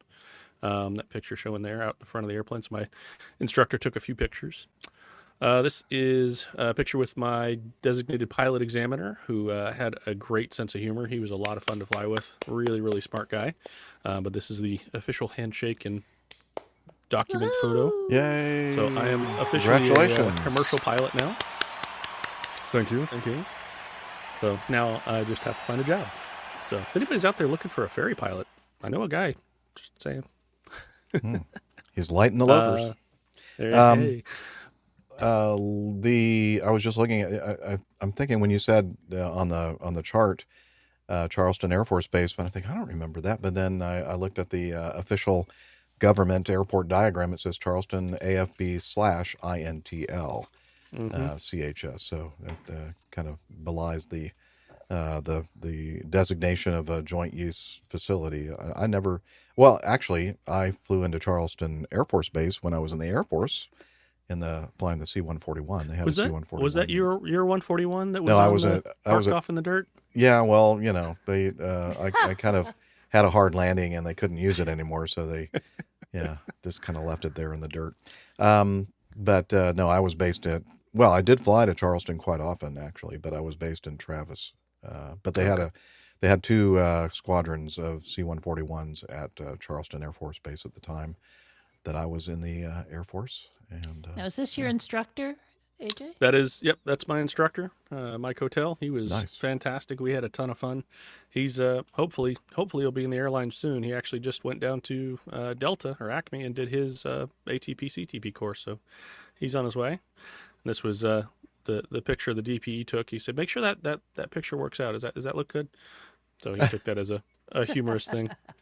Oh, I thought maybe this was he was doing the hood, like putting his hand over your eyes. No, he actually has apparently that's a trend. He's got, there's a lot of pictures that instructors and students will get after his check rides, and some of them have put together a collage of him doing that on all of their phones. So It's kind of one of his things. Cool. Hey, so did you have to bring your own airplane? You don't have to, but you have the option. Yeah, Okay. There's a price difference. You can just sign up and use their airplane for the whole time, or you can bring your own. I'm lucky enough and blessed enough to be part of a flying club here that allows me to do that. So nice. I was able to bring the airplane that I've flown before. I know very well. Yeah, flew that over there and did all definitely the an advantage. You're comfortable in that airplane. So yeah, enjoyed it, and it was very nice flying there because I had about a 50 knot give or take tailwind. So I got there in 2 hours, and I had about a 40-ish knot headwind on the way home, which took me about 2 hours and 50 minutes to get 2 home. days. Wow. Yeah. So it was fun putzing along in the little 172. But like I said, I had a lot of fun doing it, and it was a good time. So definitely recommend it to anybody who's on that route. All right. Well, congrats. Congrats. And just another step in your one more step career journey. So that's awesome. Happy to hear that. Anything else going on besides all the wintry weather there in Atlanta? Family doing all right? All right. Everybody's doing great. Family's great. I was going to say earlier that the earliest my kids have gotten up on a non-school day was this morning because of the snow. So exciting. We're up at 9:45 this morning, already bundled up and ready to go play in the snow. Nice. So good times. Something they don't get to see very often. Actually, my 3-year-old, this will be the first time she's ever seen snow. Wow. So cool. Bet she's excited. All right. Jeff, you might as well take the helm now. So. Okay. I thought I had the helm, but I'll go ahead and retake it, and I will tell you a little bit about what I have been up to since the last show. And I am still in. Where was I the last time I did the show? I think it was up in the campground. Shady Grove. Yeah, I think. you were still at the campground. Shady Grove, yeah. Up in Lake Lanier, and then just northeast in of the snowy Atlanta. Environments. So I probably mentioned, I don't recall exactly what I said, that I was planning on heading south to avoid the forecast winter weather and the forecast low minimum temperatures. And I'm glad I did because of what AJ has been telling us about along with all the wintry precipitation. It's also, the temperatures have been quite chilly. In the teens, I believe, the low temperatures last night. And I think that, again, tonight and subsequent days, it's going to be quite chilly up there. So I'm glad that I have the Road Vessel Studio in warmer climes. Not warm, but warmer compared to that part of the country that AJ's in. So let's see, what day was it that I left for?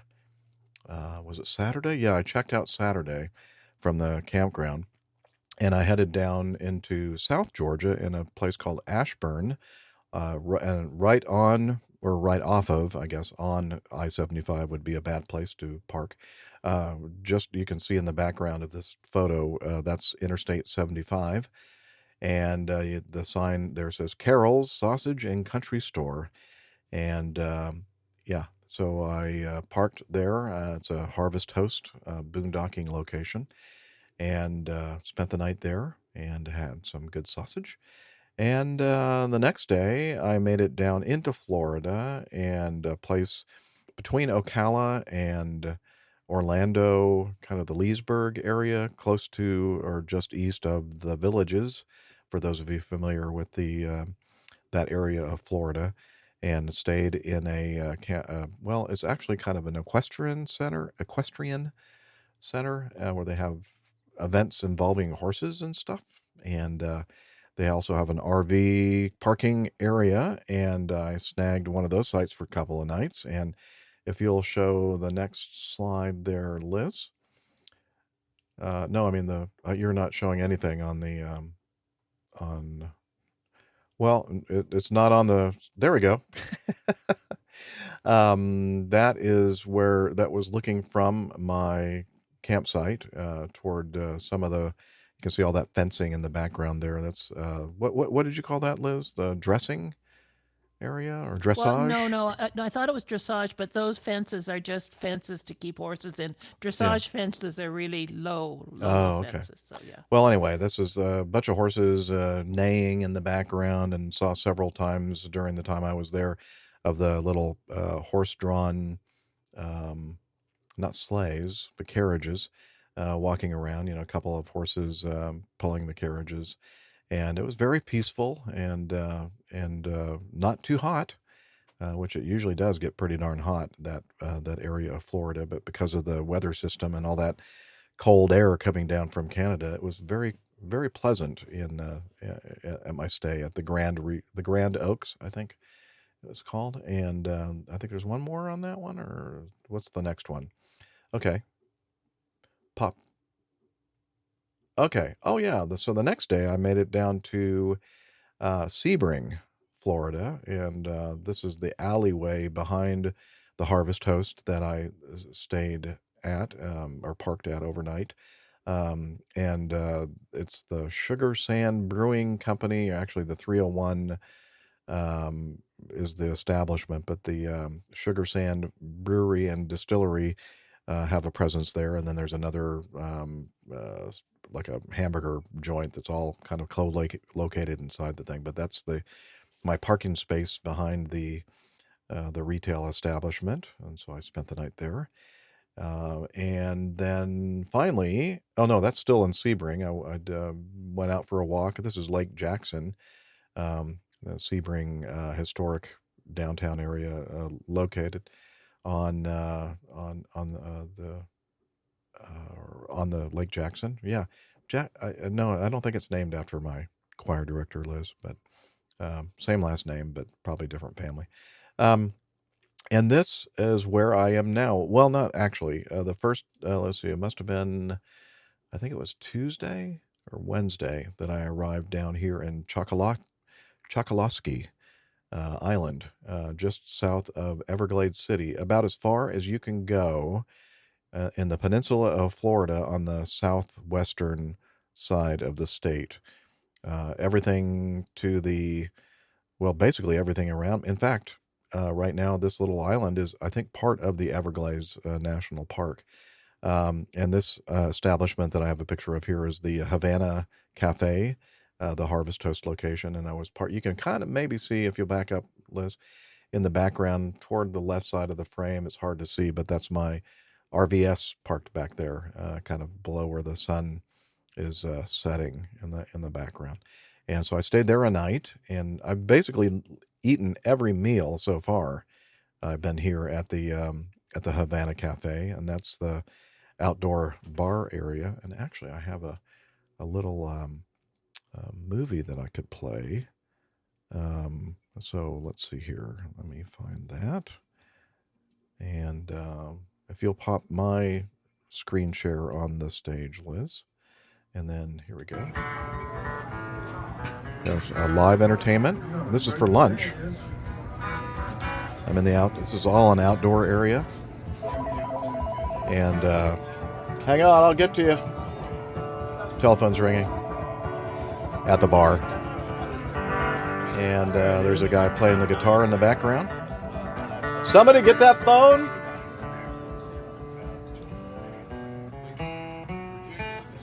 Okay, anyway, so that's kind of a cool place.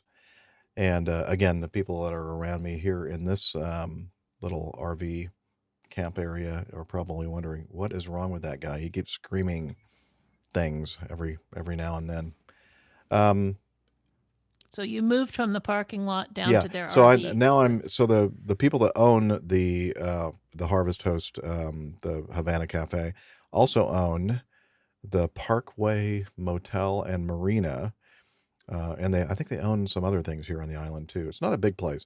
And they had an RV pad here that had vacated, and it has full hookups. So that's where I am right now. That's where we're recording the show, or I'm recording the show anyway. And right behind me is like a little boat, like a little canal with covered boat slips. So I'm literally literally a stone's throw from the water here in Chokoloskee.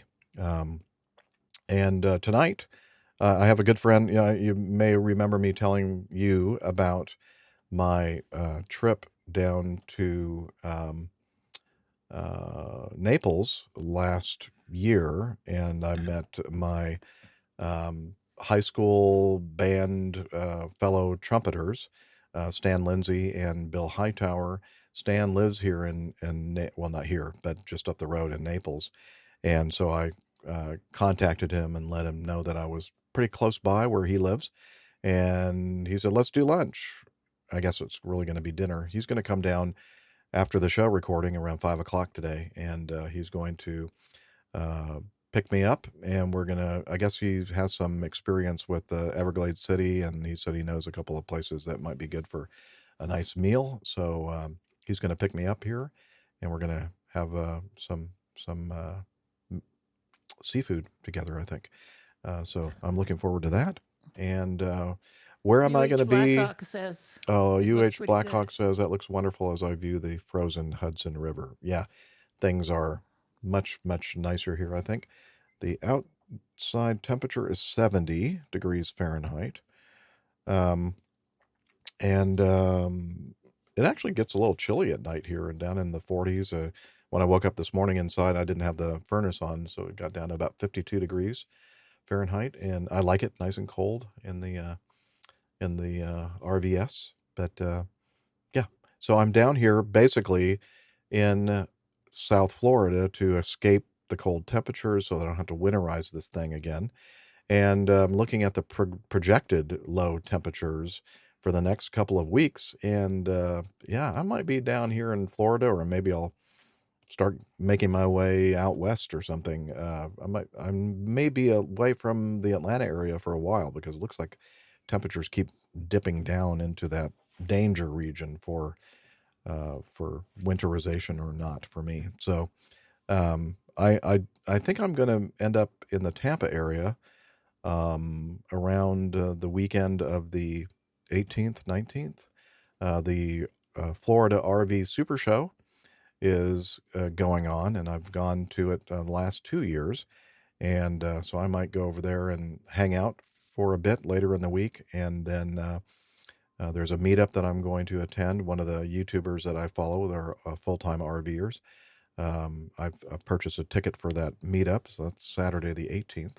But hey, if any of you are in this area, or the Tampa area, or between where I am and Tampa, holler at me. Send me a tweet or an email or whatever, and maybe we can come up with some kind of an APG meetup. And as far as after next weekend, where am I going to be? I don't know. We'll see. I'll let you know. Let's catch up with that Captain Nick. Yeah, let's see. What are you up to, Captain Nick?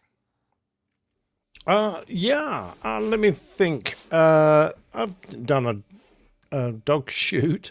Having said I've retired, I had one shoot that was sort of outstanding from a couple of years now. Already been paid for as a gift, but the lady and her dogs and I never managed to get together. There were long gaps. Anyway, got her up onto the Army ground yesterday and did the shoot, and that was absolutely brilliant. Got 3 very active Cocker Spaniels that were really hard to shoot, because particularly the tiny one that was the quickest and the most random about dashing hither and thither, and very hard to track. So anyway, that was great fun, and got that out of the way. And I was going to today to chat to the guys, the dog handling team who look after the Army ground that I usually exercise our dogs on. Because, I love taking pictures, and I've, on a voluntary basis, photographed a number of working dog trainers and teams, search and rescue teams, that sort of thing. And I thought, it'd be a nice thing to, since I know one of the dog handlers anyway, go down and photograph the dog handlers and their charges. These amazing military dogs that they have down there. So they've got Malamutes and Alsatians and things. And I thought that'd be really good fun. Anyway, that fell through because my car won't start. It's all cold out there. Oh, no. And there's snow on the ground and ice everywhere. And the Audi's just been under a car cover. But I hadn't... He hasn't turned a wheel for a few weeks, and of course the battery has been sitting there slowly losing charge as it tries to keep all the electronics ticking over, and it'd obviously be a bit much for it. So it's on charge now. Perhaps Batteries love cold weather, don't they?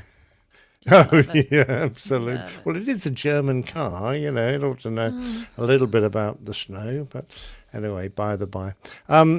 Now, today is the last of Colin Bell's Plain Tales, and you remember Colin is our 103-year-old Mosquito pilot, and I just wanted to take this final opportunity to mention Bob, who was Bob Judson, who was the very kind chap who arranged this interview and then invited me along to join him and help record Colin's amazing recounting of his experiences as a World War II pilot. And if you're interested in Bob, because he is a leadership coach and he is a consultant in the field of psychology and life and executive coaching, that sort of thing for big companies. So if you want to check out his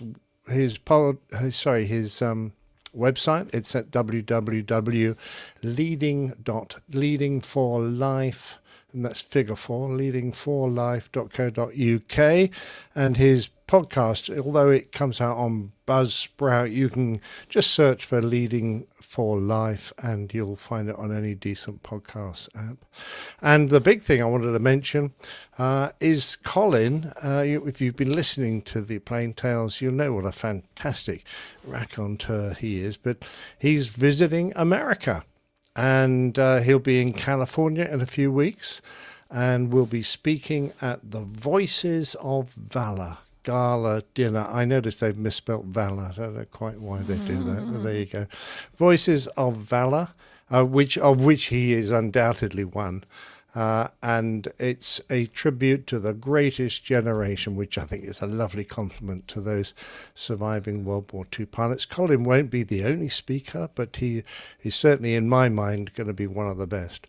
And it'll be held at the Palm Springs Air Museum in California, and it'll be held on the 8th of February. So if you want to find out about tickets, now they're not cheap, they're well over $500, but I personally think it would be well worth it. And I have no idea if there are any tickets left, but you need to pop over to their website, palmspringsairmuseum.org/gala for their gala dinner. You need to have a black tie.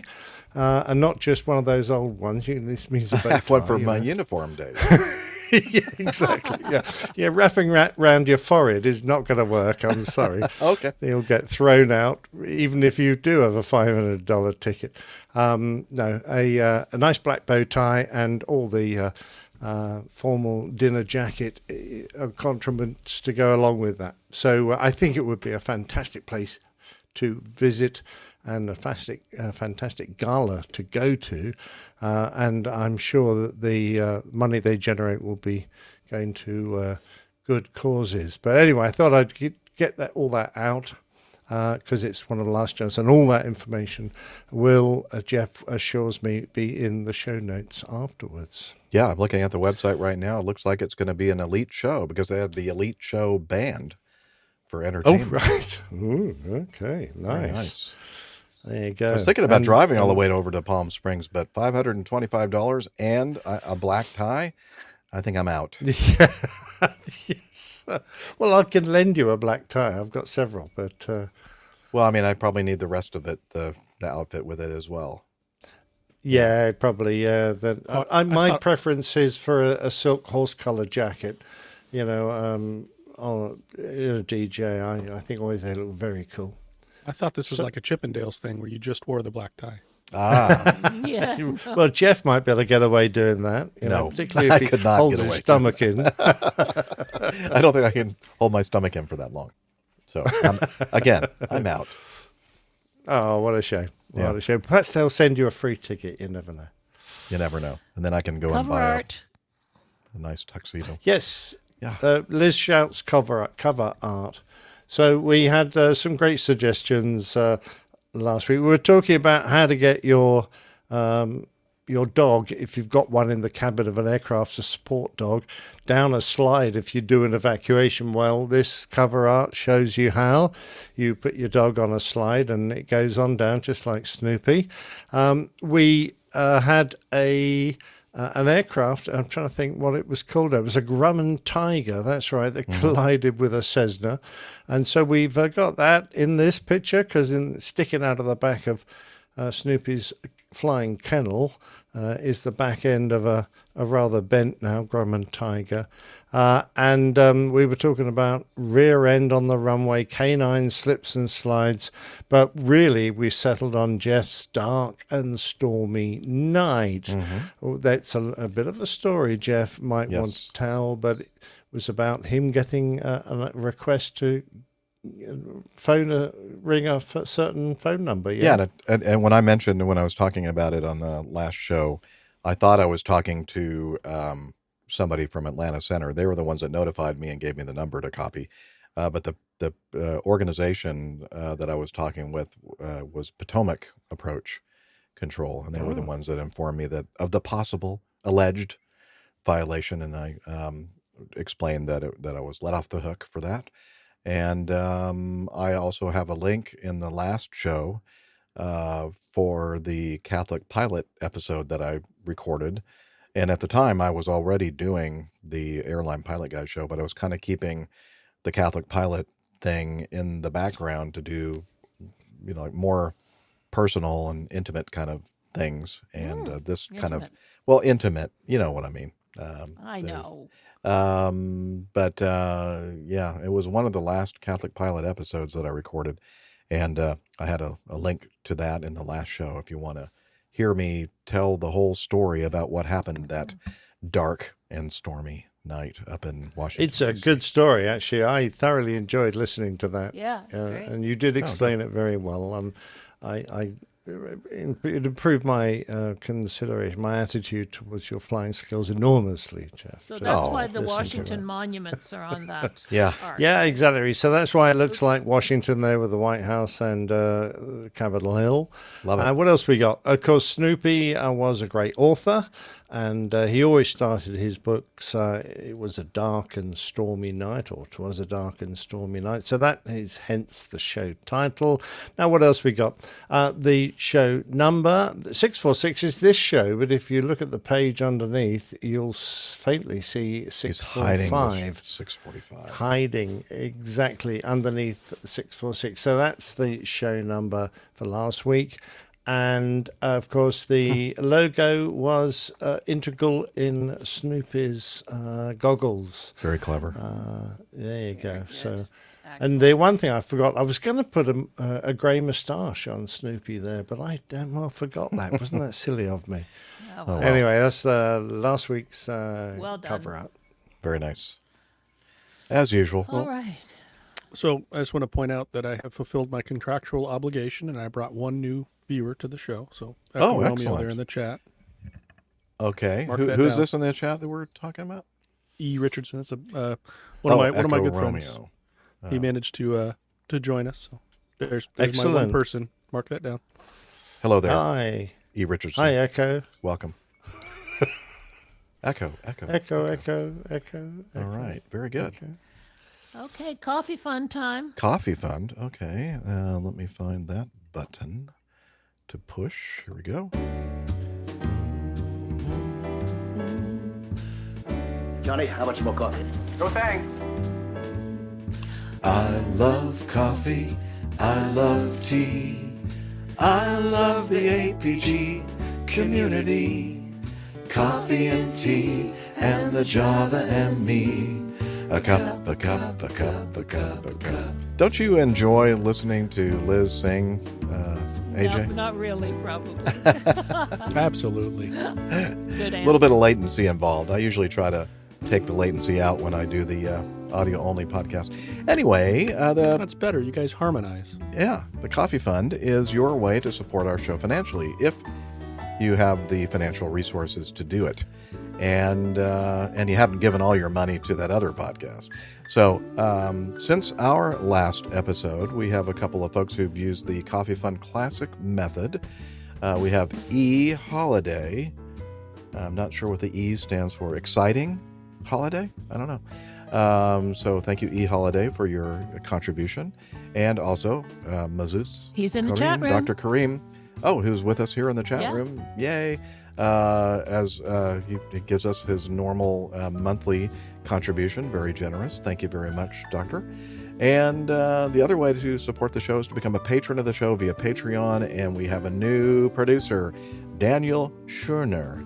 And so thank you very much, Daniel, for signing up to be a patron of the show. If you're interested in finding out how you can join the Coffee Bar Club, please head over to airlinepilotguide.com/coffee. You'll be glad you did. And we will too. We're going to go ahead and do the plane tale. As mentioned in the Getting to Know Us segment, this is the third and last installment, part 3, of the interview done by Captain Nick, Flight Lieutenant Colin Bell, DFC, part 3. Take it away, old pilot. The Old Pilot's Plane Tales. Flight Lieutenant Colin Bell, DFC, part 3. We were interviewed by the flight commander, and he said, look, why don't you chaps sign up for 2 tours now instead of just 1, because I'll give you more interesting work. And I looked across at my very experienced Canadian navigator, and I waited for him to reply. And he said to the flight commander, I'm looking for the Victory Medal, not the VC. In this tale, we continue with the interview of World War II pilot, Flight Lieutenant Colin Bell, DFC. At the age of 103, Colin recalls what it was like when he and his navigator Doug flew the de Havilland DH-98 Mosquito bomber into action as part of a Pathfinder squadron. This is the third and final part of the interview with Colin, and we listened with great interest to Colin's fascinating wartime stories. Doug once said he could fly the plane as well as I could. Well, he got his chance because on one occasion at 25,000 feet my oxygen supply failed. And you can't be at 25,000 feet without oxygen. And I remember saying to him very clearly, Doug, I'm feeling a bit tired, and I raised my arms above my head. And the next thing I found, we were in a descending spiral at 10,000 feet. And Doug was desperately trying to revive me with an emergency oxygen bottle. I never let him get it. I flew with Canadian-built Mosquitoes, and they had Packard Merlin engines, and it was known that on some of the Packard Merlins they'd got weak conrods, and if a conrod failed on takeoff, that was it, because you'd lose an engine, and if you were taking off with a full load of gasoline, a full bomb load, you got your undercarriage down and your flaps down, there was simply nothing you could do. I mean, you just have to crash land it, and not a very happy experience. In fact, one of our rather naive young men, on hearing of this, said to our Australian wing commander, Scotty, what do you do in such a situation? He said, well, there's only one thing you can do. He said, you go in ahead and die like an officer and a gentleman. The only vice, really, that the Mosquito suffered from, if you call it a vice, is that both propellers rotated in the same direction. And this caused a downward force on the port wheel. And for that reason, there was a tendency for it to swing off the direction of travel. But if you knew what you were about, you made sure that you gave a bit of extra boost to your port engine to counterbalance that. But it was something you had to watch out for. That was really the only vice that it had. And but of course, occasionally you did lose an engine. I remember going out over the channel and seeing a whole stream of glycol sort of pouring away from my port engine, and I decided I wouldn't go on with the mission. I mean, there was some press-on people that actually went out on their missions on one engine. I wouldn't recommend it. I wasn't that press-on, so I went back to Ford Aerodrome and I landed on one engine, not very difficult, because the Mozzie could fly almost as well on one as it could on two, once you got airborne, you know. And anyway, I landed and I got out with my nav, who incidentally wasn't Doug anymore. Where she was Doug.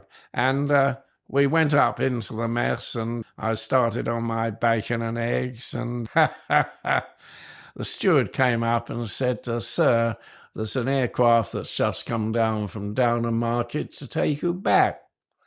And I said, "Well, he'll have to wait until I've had my bacon and eggs, you see." So I thought he looked a bit uneasy, but he moved away, and he came back a bit later and said, "The pilot who's waiting for you is becoming very irate, sir." So I said, "I don't care how irate he becomes. I don't care if it is the station commander himself." He said, "Well, actually, it is the station commander." I said, well, and we had a station commander then called Wing Commander Alabaster. He's gone now, and they say,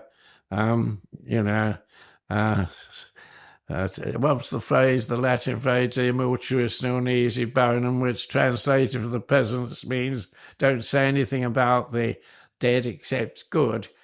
Anyway, Alabaster sort of moaned and groaned about me being late in coming down. He said if I could have got you back to the station in time, you could have gone into the reserve aircraft and we'd have maintained our 100% sort of output. And he said, as it is, you wrecked it. So I let him go belting on, and I kept my head down, and I thought, well, he'll run out of steam sooner or later, and he did. And on that phrase, "De mortuis non easy bonum," there was a famous actress, Bette Davis, who hated another American actress called Joan Crawford. And on hearing that Joan Crawford had died, some woman said to Bette Davis, "Now, Bet," she said, "de mortuis non easy bonum, say nothing about the dead other than good." "Oh," she said, "Joan Crawford has died. Good."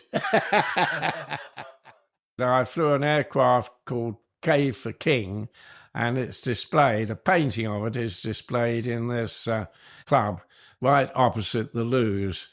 It served me very well, and I was very sorry that when I heard after I finished my tour and another crew took over, they only flew it 5 missions, and they got plastered by anti-aircraft fire, and they couldn't find anywhere to force land it at night, so they bowed out over France and left it up there.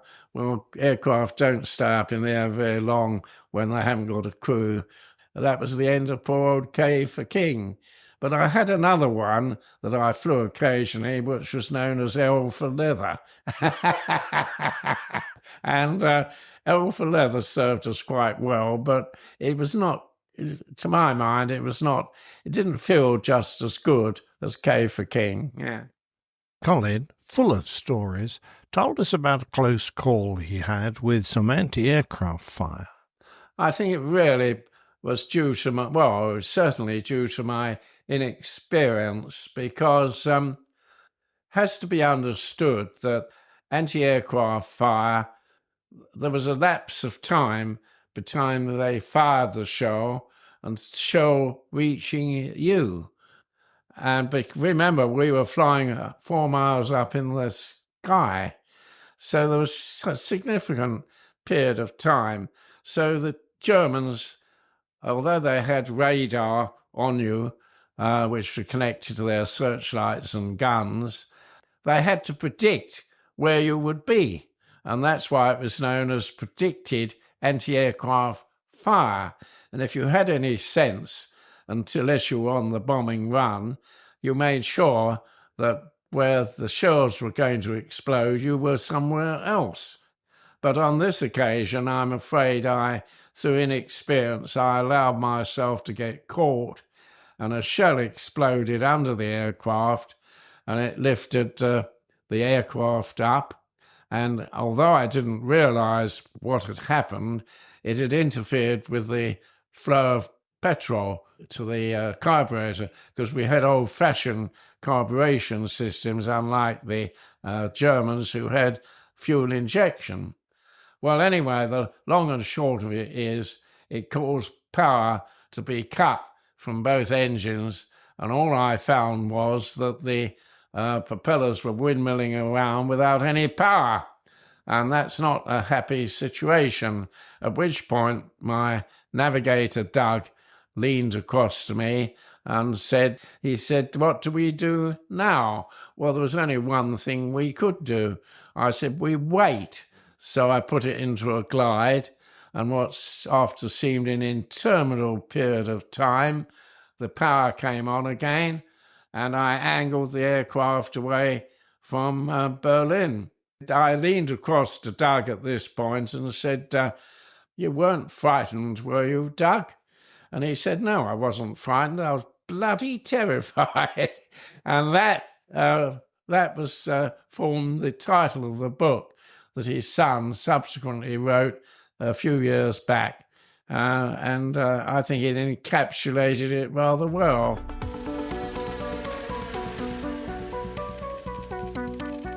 I have one thing in common. It's probably the only thing in common with Sir Winston Churchill. We're both capable of closing our eyes and dropping off to sleep at the drop of a hat.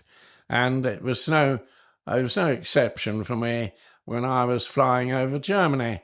And when I pulled away from the target, in the knowledge that no propeller-driven aircraft could catch up with me, I used to level the plane off at 25,000 feet, and in those clear conditions, if you trimmed up the aircraft, it would almost fly itself.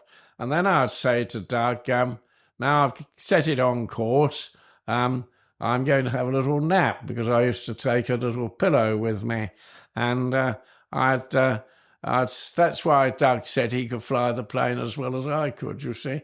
And I put my head down and I said, "Give me a nudge if it goes off course," and I'll sort of level and set it all up again. And I said, "If we get back to Downham Market, give me a real nudge and I'll land the bloody thing." I used to have frequent naps, and they were sort of cat naps.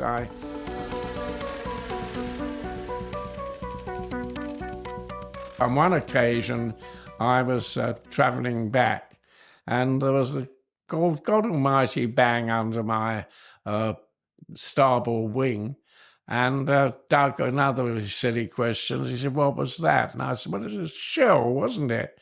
And we checked over everything, and there was no damage done, but it sort of rocked us about a bit. And when we got back and I was being debriefed, I said to the debriefing officer, we had this odd experience coming back. A shell came out from nowhere, as it seemed. And he laughed. Well, it was all right for him. I mean, he never travelled out over Germany, did he? He used to stay at home all the time. And he laughed and he said, "Where did this happen?" And Doug pointed to the chart, and this guy laughed again and said, "Oh, you flew over a German anti-aircraft training school." He said, you might not know, but most of the trainees were German women, most of them girls around about the age of 17. And he said, do you know they're only allowed one shell a night? He said, you came sailing along and there they were polishing up their sights and you went stooging right over them. And of course they let off their one shell. And I said, well, it's very accurate shooting. It damn nearly brought us down. We had a device on the back that picked up air-to-air radar.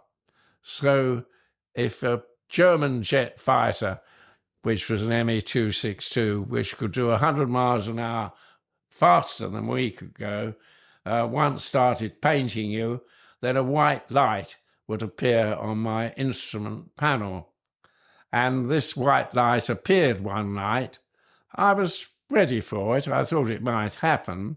And I'd already decided what I would do if it happened. And I tipped the aircraft over on one wing and I dropped down 10,000 feet, like a stone. And Doug, of course, started belly aching like hell. Navigators are always belly aching, but and Doug was no exception. He said, what the hell do you think you're doing? And I said, well, you've seen the white light come on. Oh, he said, I've heard that there's a lot of ghosting that comes on, that in electrical disturbances you could get a white light come on when it's not an enemy fighter at all. And I said, do you want me to hang around and find out? And that quietened him down a bit. And then he went on to say, well, I'm not convinced. He said, I can't see him. And I said, well, you ought to be thank your lucky stars you couldn't see him, because I said, if you could see him, he could see us, and we'd be dead, because the firepower of Me-262 was such that a single blast would turn you into confetti. I eventually got rid of this guy. I took him down low. Of course, jet aircraft use a lot more fuel down low than they do up high. And I knew he'd only got 45 minutes from the time that he took off to the time he got back to base. So I skedaddled around as low as I could, and eventually this white light didn't reappear. But Doug always left me feeling uneasy. Was it really or wasn't it? Until I met Winkle Brown, Captain Winkle Brown, who probably was the most experienced pilot in a Navy pilot, sadly, in World War II. He'd flown everything, and I chatted to him. This was a long time after the war, and he simply said, you were very lucky to be alive. Well, when I left the RAF at the end of World War II, and because my wife didn't want to be married to a peacetime officer, she said, I've had enough of being married to a wartime officer, pilot. So I said, well, what can I do? And she said, well, go back and complete your training as a chartered valuation surveyor. And I said, well, we're going to be very poor because nobody pays anybody very much while they're under a period of training. But once again, she showed her brilliance. She got in touch with the firm that I was working with, and where, incidentally, she worked before the war. And she got in touch with the manager, who put me in touch with what was then the Inland Revenue Valuation Office. And out of the kindness of their heart, they gave me an appointment as a temporary valuation assistant that enabled me to go through, and under the tutelage of one of the valuers, chartered surveyors, to become a chartered surveyor. It was a long, tedious process, and the money we received was, very, very small amount. And particularly as I'd bought a house, and I used to wander around and think, what the hell am I doing? What do I come down to? Because after all, I'd I'd had a fairly responsible position as a flight lieutenant in the Air Force with quite a decent income, and now I was working for an organisation that was paying me a pittance, and it was the most peculiar experience. I always remember I wanted to clip papers together, and the chief clerk in the office said to me, well, we don't clip papers together, we pin them together. So he gave me a packet of pins, and after about a fortnight I went up to him because I ran out of pins, and I said, can I have another packet of pins? And he opened a little book and he looked inside and said, but I gave you a packet of pins a fortnight ago. You're not entitled to another packet for another week. And I thought, I've joined the madhouse. My enormous thanks to Colin for recalling his wartime experiences for us. It was very moving to hear of his exploits in his own words. The book Colin refers to is called Bloody Terrified, the true story of a Pathfinder crew in the RAF 608 Squadron during World War II by Ian Redmond, the son of Colin's navigator, Doug. My thanks also to Bob Judson of the Leading for Life podcast, who set up this precious opportunity to talk to Colin. More details of Bob's podcast and Colin's future talk in Palm Springs will be available in the notes. They will indeed. Man, this guy is so fantastic, funny. I love the thing about Betty Davis and Joan Crawford, I think. Yeah. Oh, his recollections of his life back then are really quite remarkable. And his offhand comment about he was a Navy pilot, sadly. Yes, Winkles Brown. Yes, who I've done a plane tale about. You know, one of the most famous test pilots, indeed.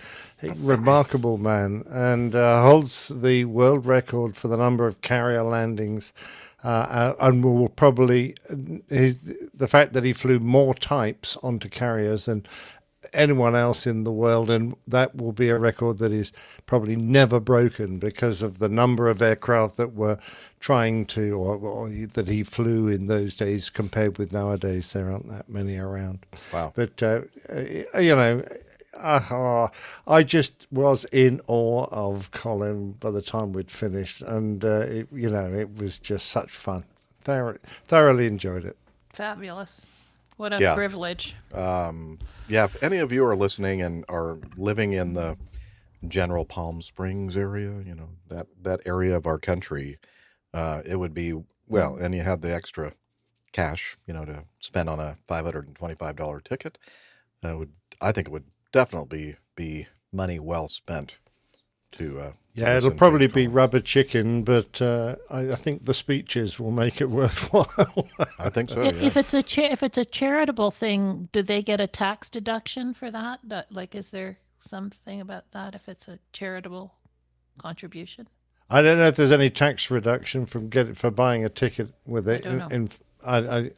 I really have no idea. Jeff, what do you reckon? It depends on if the organization is a licensed or registered charity 501(c) or 501c3, I think is the C3. Yeah, designation of C3PO.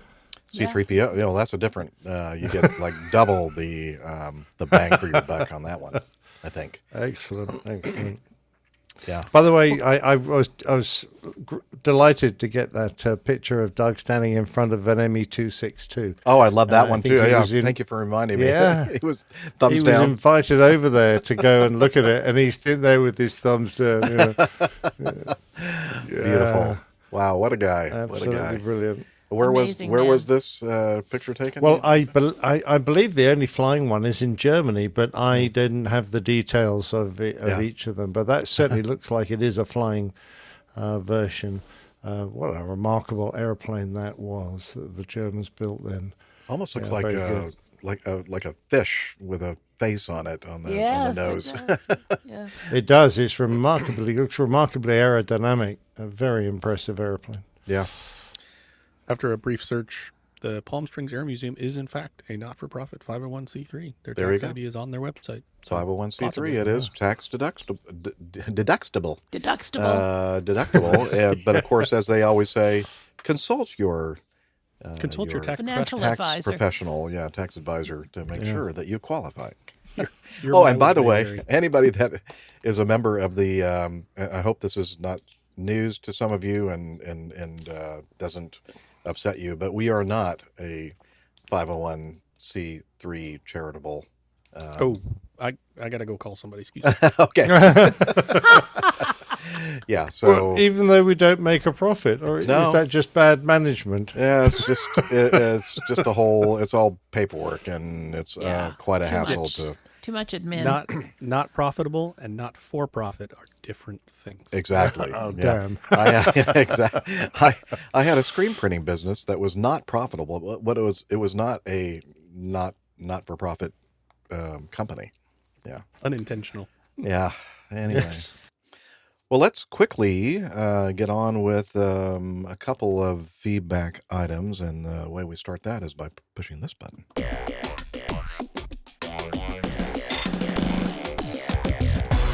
Captain, incoming message. This one from Ernie, and the title of his feedback is JetBlue versus 787 Wake Turbulence. He says, I believe you'll find that wake turbulence increases with angle of attack and aircraft weight. At cruise, the angle is smaller as well as the generated wake. On approach, the aircraft is slowed. The required angle of attack increases, as does the generated wing vortices/wake. Spacing in trail is used to delay the trailing aircraft long enough for the wake to descend below the intended path. And I believe, this is Jeff speaking, it's like 500 feet per minute is like the standard descent rate of a sink rate of a piece of wake turbulence. Yep, approximately something like that. Without the, we should ask our brandly new minted commercial pilot is probably part of the commercial written exam. Got branded? Right? Yeah. We don't talk about that part. Yeah, that was the part, the picture that he gave us of the branding. We decided not to show. Okay, too graphic. Yeah, too graphic. Anyway, without the ground to help dissipation, one might expect the wake to last longer and descend further over time. In this case, the 320 may not have been under the opposing aircraft's path long enough for the wake to reach it, and the 787 may have been flying fast enough, 210 knots, to lessen the wake. I've read of a light aircraft on an intersecting path with similar separation that ended up with a wrinkled wing. The A320 wasn't at risk of that, but keeping passengers comfortable when possible seems part of the job. In any event, the 320 crew simply asked for a 5-degree turn to avoid it. It was the controller that chose to make the pilot explain why he wanted a small deviation at a time when the request would explain why he wanted a small deviation at a time when the request would become moot unless granted quickly. The pilot had already provided everything the controller needed. The controller wanted to argue the need. A small turn would have been more expedient than a 1,000-foot descent, and it's hard to imagine it would have appreciably burdened the controller's efforts to sequence the aircraft, or sequence aircraft out there. Thanks for the effort you guys put in, but let's see. Thanks for the effort you folks put, you people, but into the... Okay, help me with that, Liz. Sorry, I'm not watching. Okay. Thanks for the effort you folks put, you people, into the podcast. Clear. Yes, Okay. I know. I think what he's saying is he appreciates our efforts in creating the product. Oh, yeah. I'm sure he does. Thank you, Ernie. Sorry. Yeah, I agree with you, especially the most important thing I think he's saying here is that, you know, the pilot did provide why he was asking for the 5-degree, you know, vector to avoid the wake turbulence, and the controller decided to kind of argue the whole thing, and then by the time he finished talking, it was probably a moot point. So, yeah. I'm just going to defer to the controller's experience here, because I I'm trying to imagine how many thousands of aircraft he has vectored onto that approach path.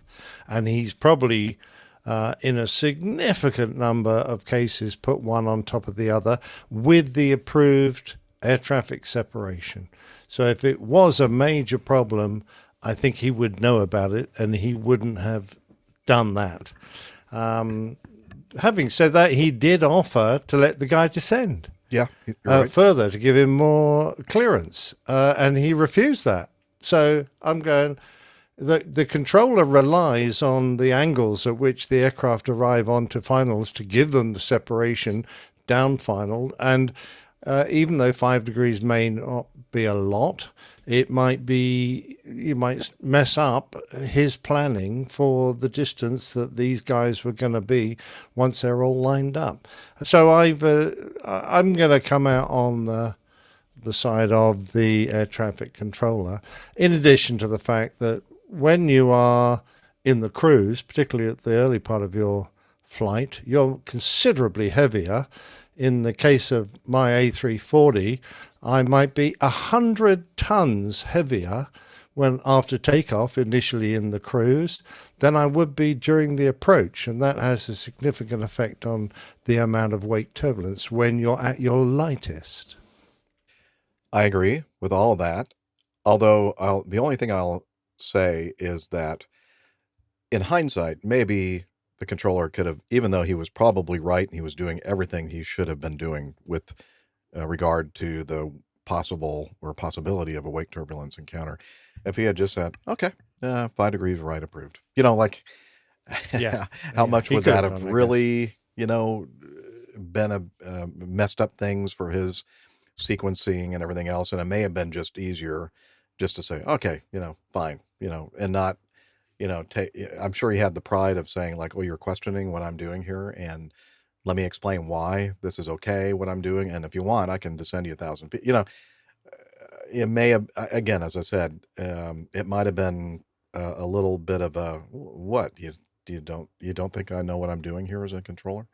But maybe I'm sure there was an element of that. Yeah, a little bit of a pissing match. But if he just said, yeah, sure, if that's what you want, sure, 5 degrees right, like whatever. And honestly, I don't know if I would have even asked. I was just going to make that point, AJ. I would have, if I was that concerned about it as the pilot of the JetBlue 320, I would have just kind of made my own little course correction. An error within limits. I don't think they would have noticed. Are you saying the approach controller needs to tune up his approach? Very clever, Liz. Liz is trying to be a comedian. Not really. Dear. Not again. I'm very trying. Wait a minute. I will say. Say it again, I've Liz. flown through awake. Wait, hang on. Liz, say that again. Your pithy comment. The approach controller needs to work on his approach. There we go. Good. Good one, Liz. Number 6. Yeah. Oh, you were going to say you were adding something, AJ? I'm sorry. Oh, sorry. I was just going to say I've flown through a larger airplane's wake, albeit I was not obviously in a 320, but I never wrinkled a wing, but it was, you noticed, it was an event. Oh yeah. So yeah, like I said, I would go back to I wouldn't have asked for the 5 degrees. I would have just ished it Just done a little bit. Yeah. Okay, so the last two that we're going to quickly talk about or cover are related to the wonderful last installment of the 3-part interview with Colin. This is from Jeff Hebert. I was listening to episodes 643, 644, and was thoroughly impressed with Nick's interview of Flight Lieutenant Colin Bell. Flight Lieutenant Colin Bell. I know that there are more of that interview coming up, but you mentioned that Mr. Bell was scheduled to fly to America in the months to come, and that really spiked my interest. Okay, we've gotten this a while back. Being a captain on A330s based in Montreal, I do get to fly the Heathrow route. In fact, I'm currently laying over in London and have another stay on December 31st. Okay, this is the past, of course. Now I was thinking, what if I had the chance of having Flight Lieutenant Bell on one of my flights? I'm a bit too enthusiastic, thinking he might choose a foreign airline to fly across the pond, but if he does elect to fly on an aircraft with a maple leaf flag on it, and you know about it, I would love to know the date he's planning to fly. I would bid for that flight and hope to have the privilege of having this amazing person aboard my ship. Anyhow, I know it's a super long shot, but I would be remiss not to try. Okay, and just as an aside here, getting away from this feedback from Jeff, not me, another Jeff, I wouldn't think that you'd be going through anywhere in Canada to get to Palm Springs. I could be wrong, though. Maybe there's a chance. I don't know. We don't know anything about his flight itinerary, though, do we, Captain Nick? No. All I know is that the museum are paying to fly him out there. So it'll be an American carrier then. So I'm pretty sure he will go direct to probably LA, and then I agree. Yeah, in a limo or something up to Palm Springs. Exactly. Possibly, yes. Anyway, getting back to Jeff's feedback. Great show. Love hearing you bunch as I drive between my flights and my home in Quebec City. Funny you should mention Bois-Gomin Airport in the previous episode. Is that right? Did I say that right? I think so. Close enough. Ding, ding. I don't know. You'll have to ask Mr. Gomin. Well, he's always coming and gumming and going. Oh, sorry, that was worse than Liz's joke. Almost there. Thank you. Tough crowd. As I live near the Plains of Abraham, where the city's first airport used to be, Charles Lindbergh landed there on April 24th, 1928, bringing medication for a dear aviator friend, Floyd Bennett. And he says, see a attached web page for the entire or full story, and we'll have that in our show notes. Thanks a lot for all you do to entertain and educate us. Keep up and keep me posted about Colin Bell's flight itinerary. If you are privy to this information and allowed to let me know, I'll bid accordingly.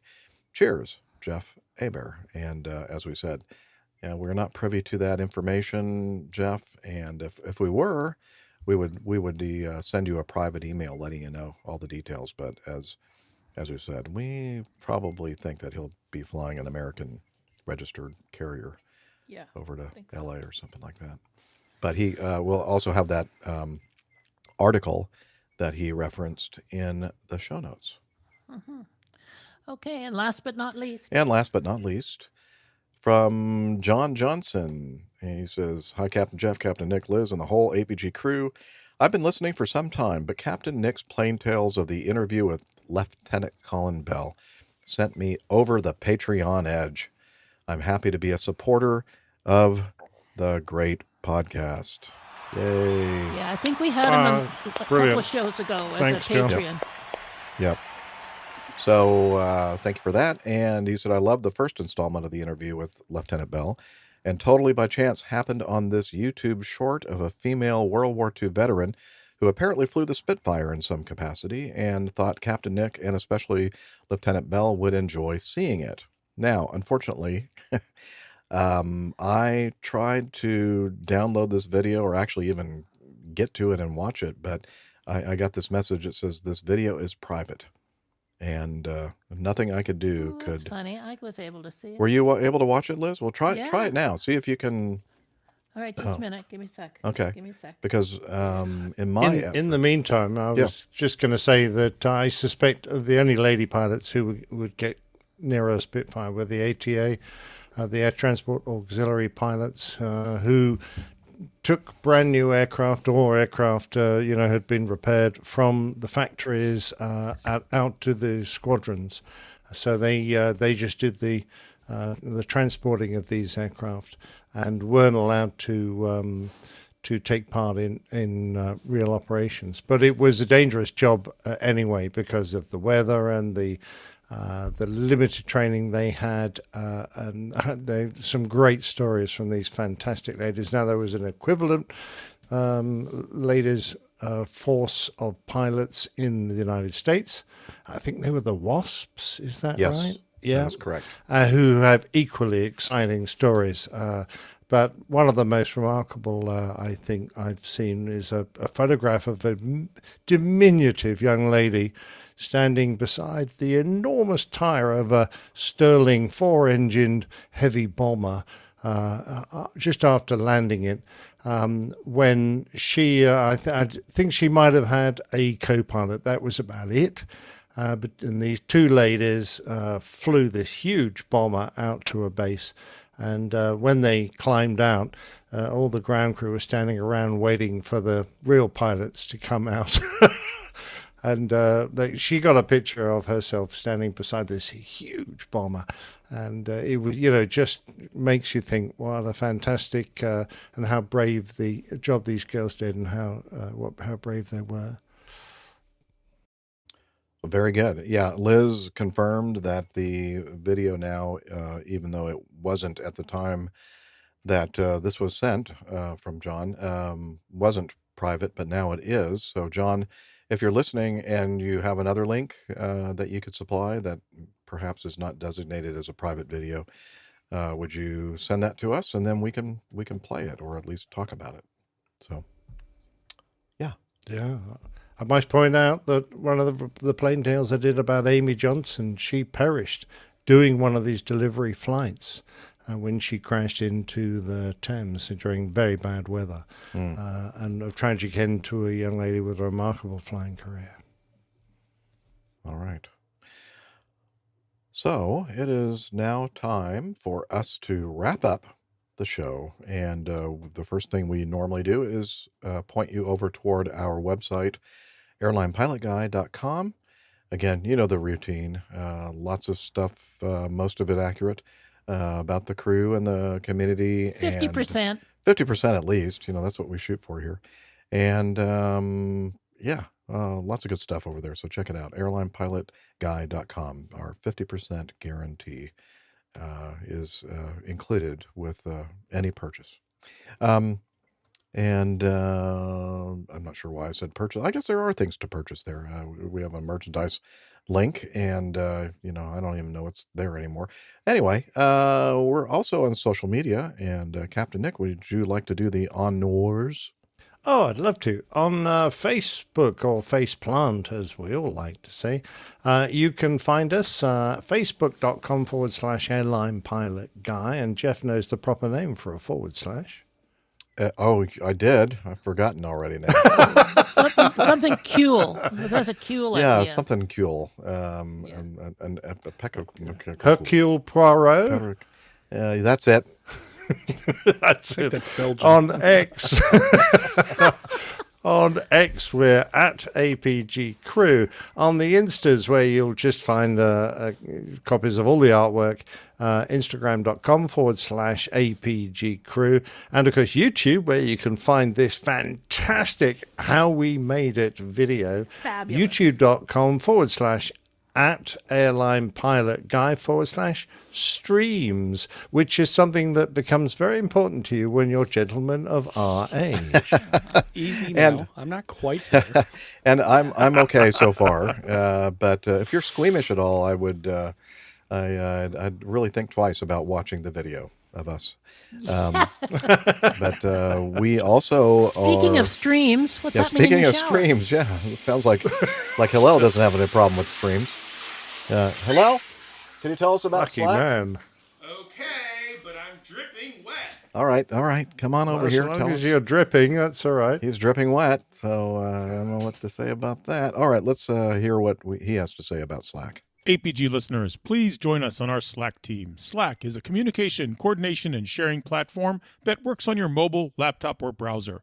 On Slack, we share news and ideas, we suggest episode and plain tales topics, we plan events and meetups. To get into the Slack team, please email me at slack@airlinepilotguy.com. That's SLACK Sierra Lima Alpha Charlie Kilo at airlinepilotguy.com, or send me a tweet with your preferred email address to @Hillel, and I'll send you an invitation. That's Hillel, spelled Hotel India 11 Echo 1, and see you in Slack. Thanks a lot, Hillel. Put the graphic back up, Liz. I just wanted to. I've never noticed this before, but look at the tan lines on his foot from his sandals. From flip-flops. Or flip-flops or sandals or whatever you want to call it. It's been a while since we've actually done some analysis of Hillel outside of the shower and what did we call that? The loofah burrito that he's holding in his right hand. Yeah, most certainly. Yeah. And then he's got some sugar cubes in his hand. What are they? I think those are like small little items that you have in the shower, like shampoo and conditioner. Hotel toiletries. Hotel toiletries, yes. Perfect. And then housekeeping need to sort out that foot. They need to wash that shower mat. That shower mat. It's a little bit dingy. disgusting. Yeah.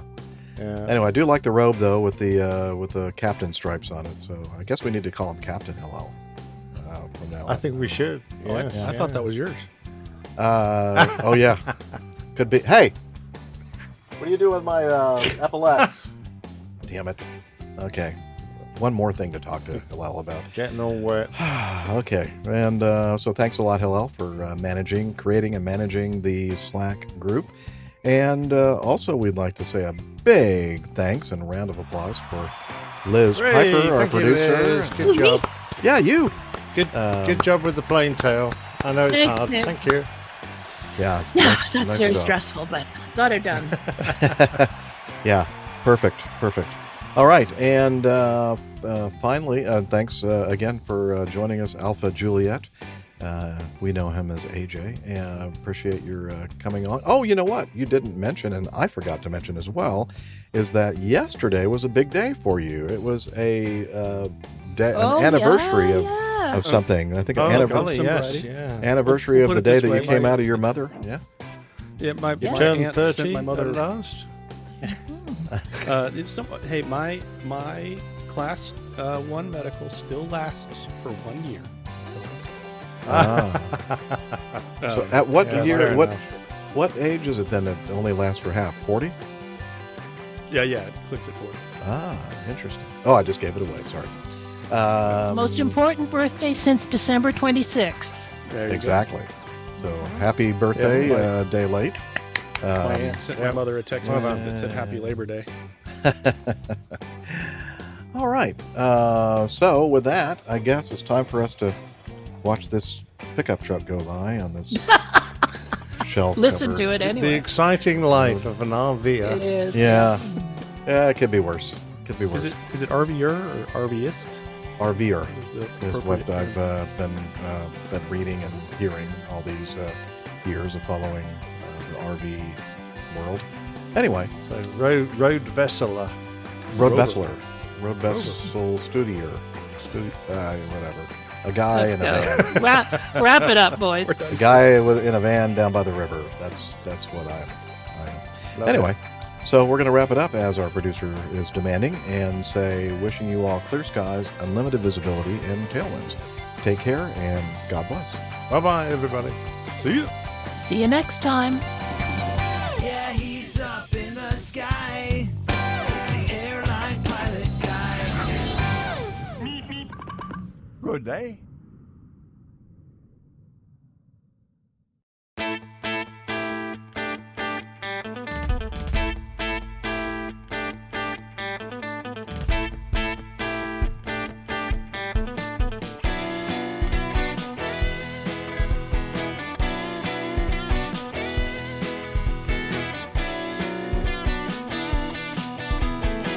I used to be such a good pilot till I started APG. I opened doors for little old ladies. I helped them to their seats. Airline pilot guy, I fly America. Oh, airline pilot guy, he can land in heavy fall. I got no friends 'cause I'm always flying. I just don't have the time. I can land this old plane. I can land it just fine. Airline pilot guy, I fly